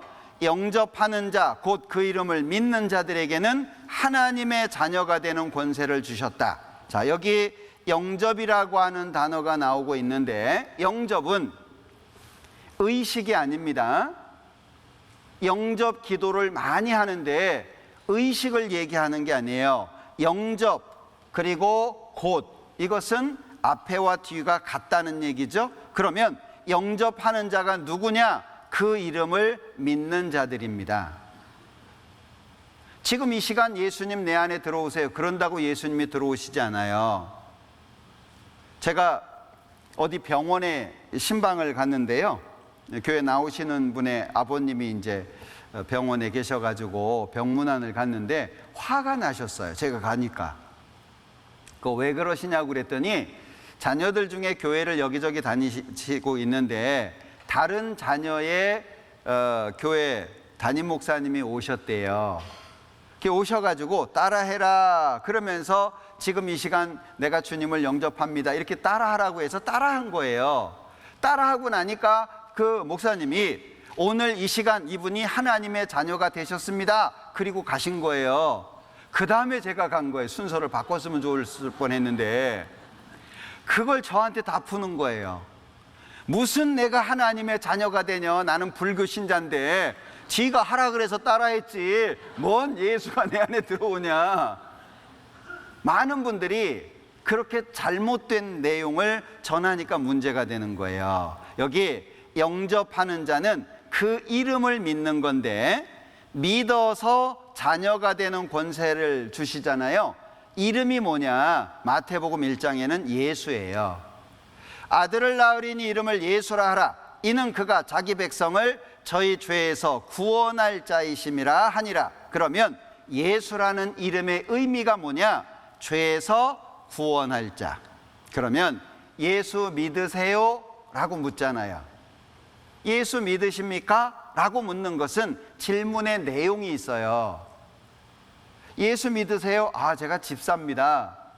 예수 믿으시냐고요? 아, 제가 모태신앙이에요. 예수 믿냐는 질문은 예수님이 십자가에서 피를 흘려서 죄를 영원히 용서해 놨는데 그 사실을 믿고 있습니까? 그걸 묻는 거예요. 예수 믿으세요? 예수 믿으십니까? 알고 나면 너무 간단한 얘기예요. 그런데 모르면 헷갈릴 수밖에 없죠. 자, 아들을 믿는 자는 영생이 있고 아들을 순종치 아니하는 자는 영생을 보지 못하고 도리어 하나님의 진노가 그 위에 머물러 있느니라. 자, 여기에서 믿는 자는 영생이 있습니다. 그러면 안 믿는 사람은 영생 보지 못한다 이러면 되는데, 믿는 자는 영생이 있다 그래 놓고 뒤에는 순종치 않는 자라 그랬어요. 자, 여기 이런 겁니다. 자, 믿는다라고 하는 것은 순종하는 걸 말하는 거고요. 순종치 않는다라고 하는 것은 안 믿는 걸 말하는 거예요. 그러면 순종은 믿는 거잖아요. 하나님의 뜻이 뭐죠? 믿는 거예요. 우리가 이스라엘 민족의 역사를 배우면서 두 가지 약속 기억하시죠? 순종의 대가는 축복입니다. 불순종의 대가는 저주예요. 그러니까 여기에서 믿는 자는 영생이라는 축복이 있고, 또 불순종, 믿지 않는 사람은 하나님의 진노, 심판이라고 하는 저주가 있을 수밖에 없죠. 자, 요한일서 5장 9절인데요. 만일 우리가 사람들의 증거를 받을진대 하나님의 증거는 더욱 크도다. 하나님의 증거는 이것이니 그 아들에 관하여 증거하신 것이니라. 그러면 십자가는 누가 증거하는 거죠? 하나님이 증거하는 거예요. 십자가를 통과함으로 말미암아 죄가 용서가 되고 하나님의 자녀가 되는 것은 하나님이 증거하시는 겁니다. 그런데 하나님의 아들을 믿는 자는 자기 안에 증거가 있고, 하나님을 믿지 아니하는 자는 하나님을 거짓말하는 자로 만드나니 이는 하나님께서 그 아들에 관하여 증거하신 증거를 믿지 아니하였습니다. 그러면 하나님의 아들을 믿는 자는 자기 안에 증거, 하나님이 증거하신 그 증거가 마음속에 있어요. 다 이루었다. 영원한 속죄를 이루셨다. 다시는 그 죄를 기억하지 않겠다. 하나님께서 증거하신 증거가 마음속에 있어요. 하나님으로부터 직접 얻은 증거가 마음속에 있으니까 다시는 죄 때문에 두려워하지 않아요. 왜? 하나님이 약속하셨거든요. 십자가를 두고. 그러니까 절대 흔들리지 않아요. 그런데 하나님을 믿지 않는다는 게 뭐죠? 십자가 안 받아들이는 거예요. 예수님의 용서를 안 받아들이는 겁니다. 그러면 하나님을 거짓말하는 자로 만드는 거예요. 심판받을 수밖에 없죠. 또 증거는 이것이니 하나님이 우리에게 영생을 주신 것과 이 생명이 그의 아들 안에 있는 그것이니라. 아들 안에 영생이 있고 생명이 있습니다. 내가 믿음으로 말미암아 아들 안에 들어감으로 아들이 가지고 있는 걸 나도 누리는 거예요.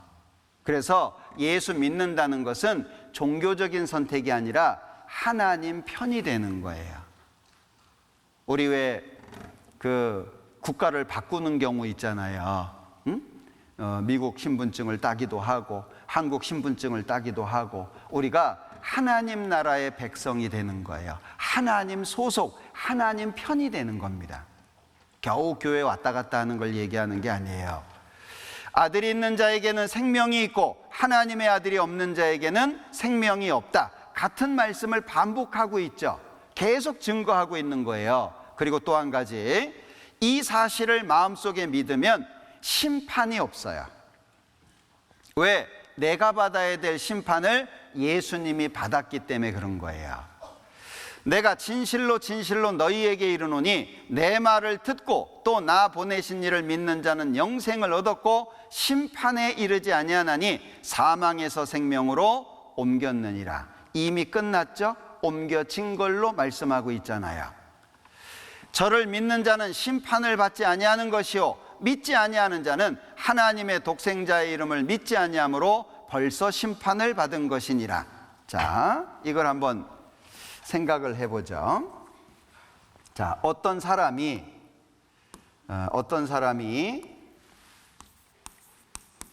어느 날 예수님이 십자가에서 죄를 영원히 용서한 걸 믿었습니다. 그러면 이 사람은 하나님의 자녀가 됩니다. 그런데 어떤 사람은 안 믿는 거예요. 나 못 믿겠다. 그러면 이 사람은 여전히 죄인입니다. 죄인이 죄를 짓는 건 자연스럽죠. 하나님의 자녀, 죄를 지을 가능성이 있을까요, 없을까요? 아까 말씀드렸죠. 죄를 안 짓는 상태로 바꿔진 게 아니에요. 죄값이 영원히 처리된 것이지, 과거, 현재, 미래 죄값이 처리된 것이지 죄 안 짓는 사람이 된 건 아닙니다. 그러니까 하나님의 자녀도 죄를 지을 수 있어요. 그러니까 사람들이 얘기합니다. 야, 죄인도 죄를 짓고 자녀도 죄를 짓고 똑같네. 달라요. 왜 다른지를 아셔야 됩니다. 죄인은 하나님과의 관계가 재판장입니다. 재판장이 하는 일은 죄를 심판하는 게 목적이죠. 심판은 형벌을 목적으로 합니다. 자, 그런데 자녀는 하나님이 아버지예요. 아바, 아버지라 부르게 하셨다라고 말씀하고 있는데, 아버지는 자녀가 죄를 지으면 말로 타이르겠죠. 그래도 안 되면 징계를 합니다. 그러면 징계의 목적이 뭐냐 하면 자녀답게 살게 하는 목적이죠. 하나님의 자녀답게 살게 하려고 하는 것이 목적이에요. 자, 그런데 여기 주의해서 보셔야 될 것이, 자, 죄인은 심판과 연결이 되고 형벌로 이어집니다. 그런데 하나님의 자녀는 징계로 이어지고 삶의 변화로 연결이 되죠. 달라요. 그러니까 자, 언제부터 이렇게 달라졌냐? 언제부터? 이때부터입니다. 기준이 뭐죠? 믿었느냐? 안 믿었느냐? 출발이 믿음으로 출발한다는 거예요. 무엇을 하는 행위가 아닙니다. 믿었느냐 안 믿었느냐에 따라서 달라지게 되는 거예요. 자, 그러면 한번 생각해 볼게요. 자, 제가 이제 아들이 없어요. 그래서 고아원에 가가지고 이 집입니다. 제가 그릴 수 있는 최선이기 때문에 이해하시고 보셔야 돼요. 저는 담임 목사님이 아닙니다. 자, 여기 아이를 이제 아들로 입양을 시키려고 그래요. 그러면 서류를 작성하고 뭐 이것저것 하고 뭐 얼마의 돈을 지불하고 도장 꽝 찍으면 아들이 돼요. 그러면 아들 되는 것은 간단한 문제예요. 자, 이 아이가 우리 집에 왔어요. 첫째 날입니다. 우리 집이 편할까요? 고아원이 편할까요? 당연히 고아원이 편하죠. 거기서 계속 살았는데. 그런데 이제 교육을 합니다. 1년이 지나 2년이 지나 시간이 흐릅니다. 그럴수록에 우리 집이 익숙해지겠죠. 그러면 3년 지났어요. 우리 집이 익숙할까요? 고아원이 익숙할까요? 당연하죠. 그렇게 바뀌어가는 게 자녀답게 그것을 설명하는 거예요. 그러니까 구원을 받고, 다시 말하면 출생을 하고 출생한 이후에 성장을 하는 것이 맞다, 그 얘기예요. 그런데 많은 사람들이 출생은 확실하지 않은데 성장을 자꾸 가르치는 거예요. 믿는 사람처럼 살아. 믿는다면 이렇게 살아야지. 안 되는 거예요. 출생이 안 됐는데요. 태어나지 않은 사람이 어떻게 성장할 수 있겠어요? 그러니까 제일 먼저는 예수님의 십자가를 통해서 구원함을 얻어서 탄생, 중생이라고 하죠. 중자가 거듭이라고 하는 의미가 있어요. 그러니까 생명이 태어나고 제대로 그 다음에 성장하는 게 맞는 거잖아요. 그러면 우리의 신앙생활이라고 하는 것은 먼저 뭐가 있어야 되냐? 출생이라고 말씀을 드렸잖아요. 예수님의 피가 내 죄를 영원히 용서했다는 사실을 마음속에 믿는 것부터 시작돼야 돼요. 그래서 구원을 받은 이후에 구원을 받은 사람으로서, 즉 하나님의 자녀로서의 교육이 이루어지죠. 그래서 교회에 오는 거예요. 도장 찍으려고 오는 게 아니고요. 말씀을 계속 배우고 익힘으로 말미암아 하나님의 자녀답게 살 수 있도록 지식도 갖추고 하나님으로부터 공급되는 힘도 얻어서 하나님의 말씀대로 살게 되는, 그것을 신앙생활이라고 이야기를 합니다. 그러니까 먼저는 무엇이 중요하냐? 구원 받는 게 먼저 중요한 거예요. 예수님의 십자가가 그래서 중요한 겁니다.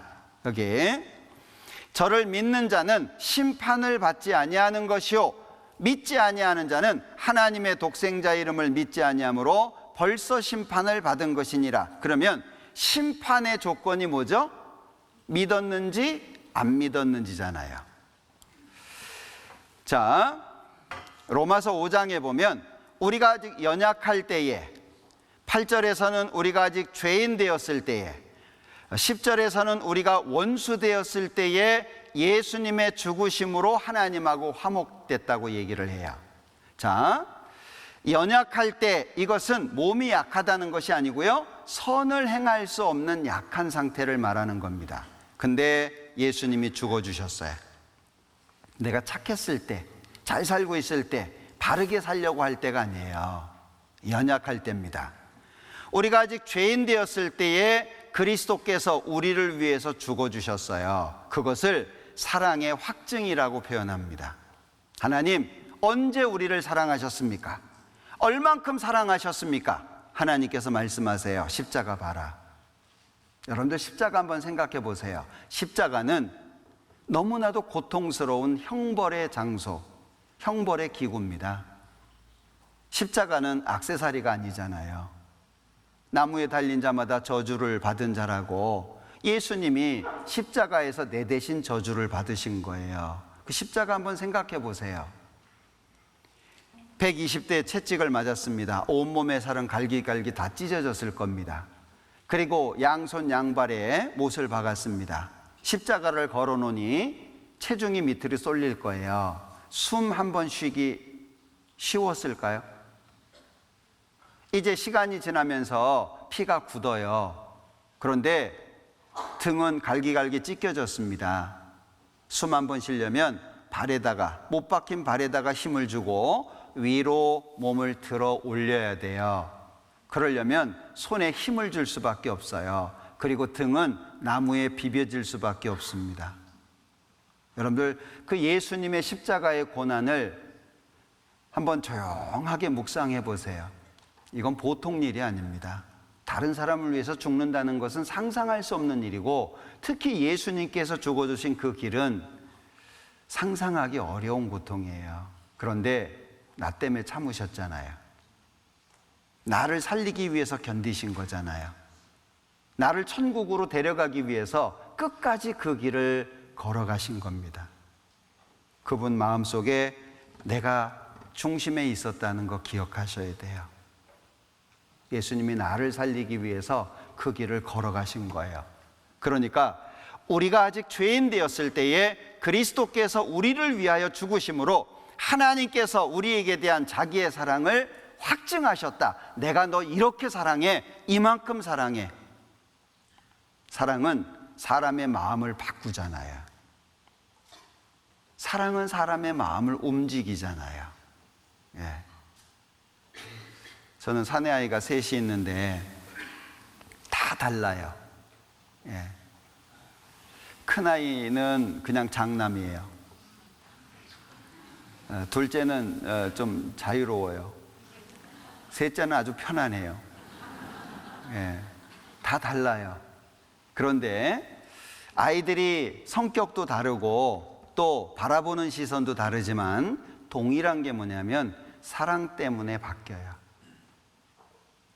그래서 저는 아이들하고 함께 할 수 있는 시간이 잘 없었기 때문에 내가 아이들하고 있을 때 뭘 해야 될까 고민을 하다 보니까 해줄 게 별로 없더라고요. 그래서 아이들이 어렸을 때는 제가 이렇게 외부에 집회를 하고 돌아가면 그 돌아가는 주일날은 통닭 먹는 날, 그리고 이제 월요일날 가끔 쉬게 되면 목욕탕 같이 가는 날, 뭐 이런 거. 그리고 만날 때마다 좀 안아줘야 되겠다. 해줄 수 있는 게 다른 게 별로 없었어요. 그래서 만날 때마다 이렇게 안아줍니다. 그리고 한동안 집회를 나갔다가 들어가면 아이를 안아주면서 얘기해요.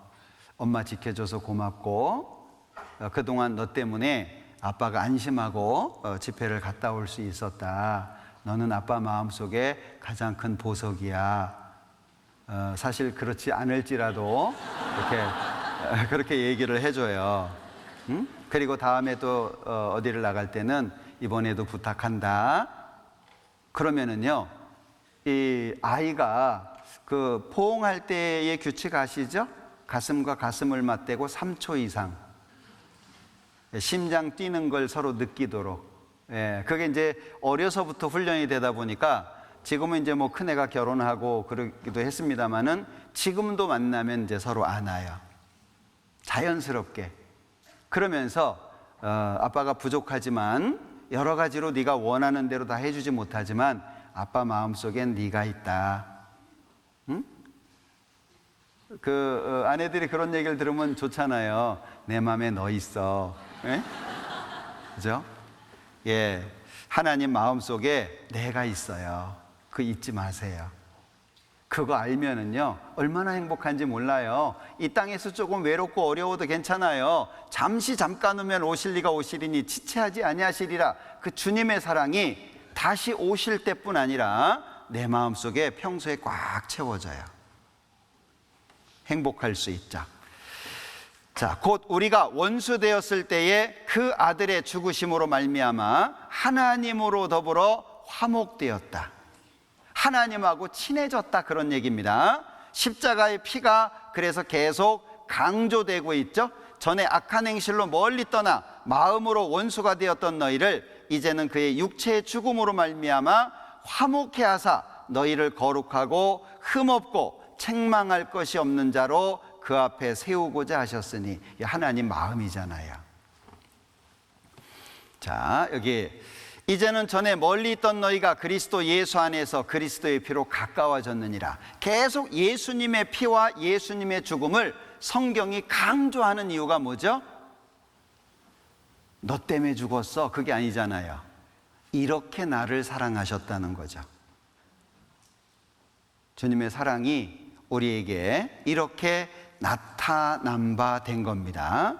그리고 이 구원이라고 하는 것은요, 요한복음 10장 28절 29절인데 내가 저희에게 영생을 주노니 영원히 멸망치 아니할 터요 또 저희를 내 손에서 빼앗을 자가 없느니라. 어떤 사람은 한번 믿었어도 잘못 살면, 신앙생활 잘못하면 구원이 없어진다, 이뤄질 수 있다라고 얘기하는데 그건 하나님의 사랑을 무시한 거예요.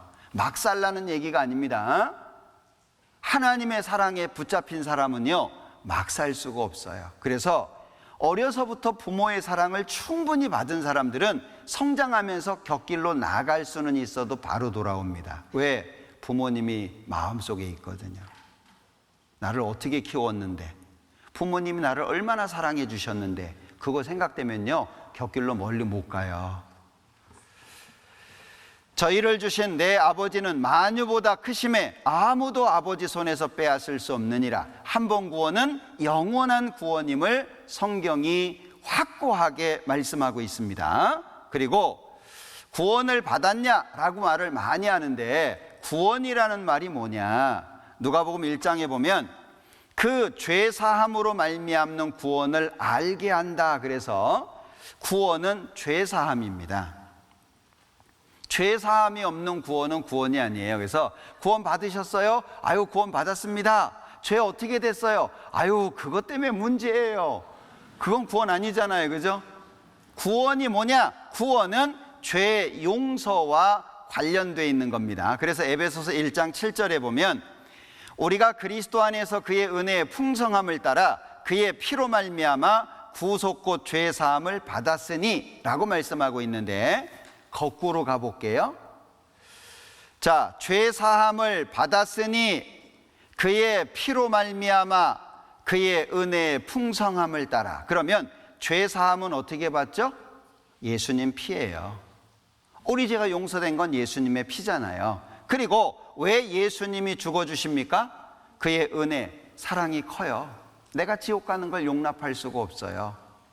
그래서 주님의 크신 사랑 때문에 피를 흘릴 수밖에 없었고 그 예수님의 피 때문에 내 죄가 용서된 거다라고 7절에 말씀하신 거예요. 그리고 2장 8절에 보면 너희가 그 은혜를 인하여 믿음으로 말미암아 구원을 얻었나니 이것이 너희에게서 난 것이 아니요 하나님의 선물이라.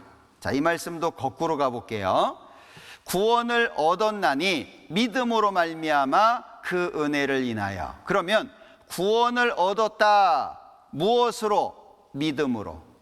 행위가 아닙니다. 무엇을 해서 구원을 받는 게 아니에요. 그리고 그 은혜 1장 7절이죠. 나를 너무나도 사랑하셔가지고 십자가에서 피를 흘려서 내 죄를 영원히 용서한 것. 그것이 마음속에 믿어진 것을 구원이라 그래요. 아는 상태가 아닙니다. 구원 받으셨어요? 아유, 목사가 그거 믿으면 구원이래. 그거 아닙니다. 개인적인 체험이에요. 자기 마음속에 그게 믿어져야 돼. 아, 됐구나. 저는 성경을 배우다가 하나님이 마음속에 믿어지고 나서요, 아, 내가 죄가 이렇게 많았구나라고 하는 걸 진짜 처음 알게 됐어요. 그리고 심판받는다는 사실이 너무 무섭고 두려워가지고요, 밤에 잠을 못 잤습니다. 교회를 다녀보지도 않았으니까 기도하는 법도 잘 몰랐어요. 밤새 그냥 혼자서 하나님 저 어떻게 합니까? 뭐 기도를 하는 뭐 내용도 모르고 하나님 저 어떻게 해요? 밤새 잠을 안 자고 싶은 게 아니고요, 잠이 안 오는 거예요. 내가 지금 죽으면 지옥인 거예요. 그게 너무 고통스러웠어요. 그러다가 십자가의 예수님의 그 은혜를 마음속에 받아들이게 됐는데, 예수님께서 십자가에서 내 죄를 용서하셨다는 그 사실이 그냥 마음속에 위로가 됐어요. 아, 나 때문에 죽으셨구나. 한편으로는 너무 죄송하고, 야, 나 같은 놈 때문에 예수님이 죽으시다니, 그런 마음도 있고, 또 한편으로는 야, 내 죄가 다 처리됐구나, 너무 좋기도 하고, 그 마음이 묘하더라고요. 한편으로는 미안하고 죄송하고, 한편으로는 너무 신나고. 그래가지고 제가 회사 가가지고 파티했잖아요. 그 술 친구들 불러가지고 나 천당 간다고. 예? 기분 좋으니까 한잔 하자고 해가지고 파티도 하고 그랬는데 얼마나 그 마음의 짐이 내려졌는지 저 따라 하시면 안 됩니다. 자, 구원을 얻었다. 믿음으로 말미암아 그 은혜를 인하여, 그래서 선물이라는 거예요.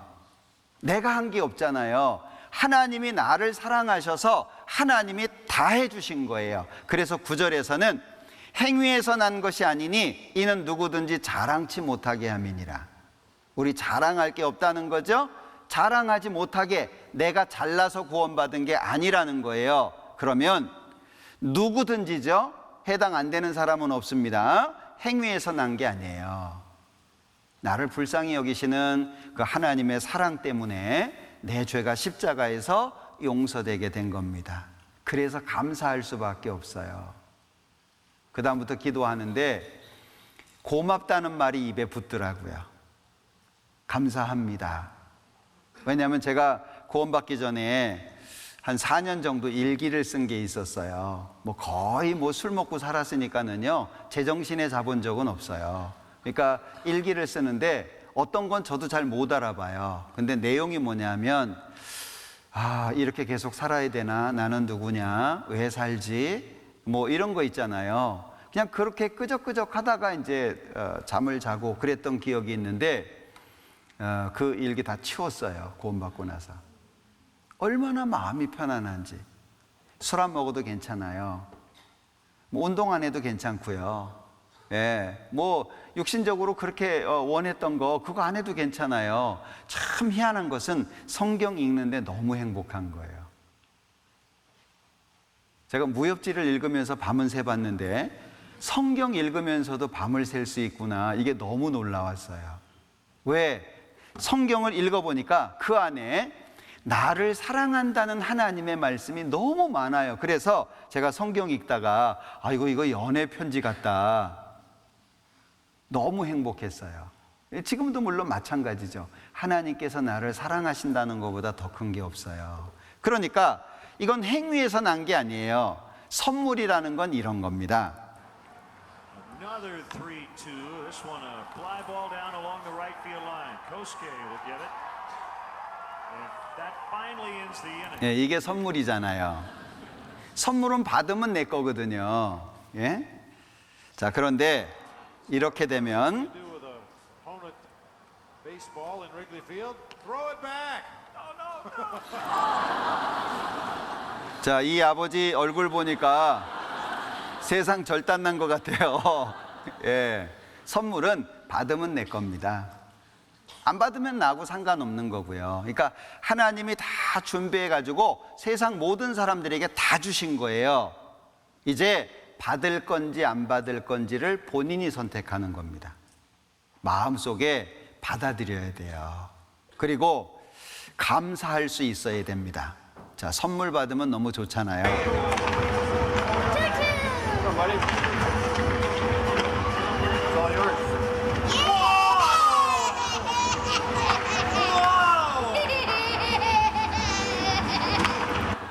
웃음이 끊이질 않잖아요. 그래서 구원받으니까 참 얼굴이 밝아지는 것 같아요. 예? 마음에 기쁨이 생기고, 구원을 받으면은요, 안 웃을 수가 없잖아요. 예수님이 나 대신 죽어서 내 죄를 영원히 용서해 주셨는데 인상 쓰고 그럴 수는 없잖아요. 마음이 밝아지니까 얼굴도 밝아지는 것 같아요. 그래서 왜 이렇게 해주셨을까? 마지막 영상인데요. 잘 보셔요.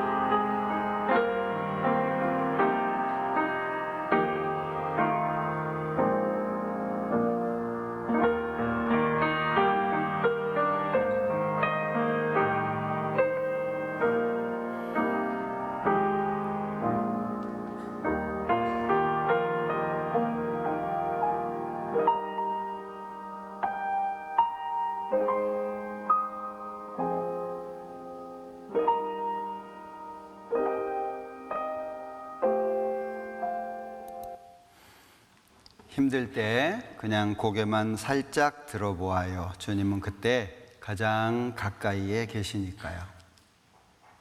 여러분들, 하나님의 오래 참으심이 구원이 될 줄로 여기라고 말씀하셨는데 오늘까지 기다려 주신 거잖아요. 누구 기다려 보셨죠? 기다리는 건 쉽지 않은 일 같아요.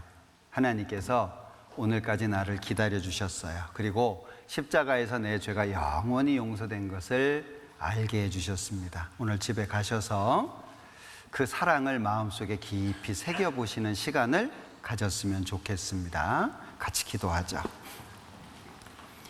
우리를 사랑하시는 자비로우신 주님 감사합니다. 우리가 무엇이간데 주님께서 우리를 그렇게 귀하게 여겨주셔서 예수님 십자가에서 그 모진 고난 가운데 우리의 죄를 영원히 용서해 주셨는지요. 그 사랑이 너무나도 크고 감사하기에 이제 그 사랑 마음속에 담고 주님 앞에 주님을 사랑하기를 원합니다. 나를 십자가에서 구원해 주신 그 큰 사랑으로 인해서 늘 주님께 감사하면서 살기를 소망합니다. 심판을 벗어나서 영원한 천국의 소망을 갖게 해주시고 영생을 얻을 수 있도록 도와주신 것 너무나도 감사합니다. 이 사실 마음속에 깊이 새기고 이제 남은 생에 주님이 기뻐하시는 일을 하면서 살기를 간절히 소망합니다.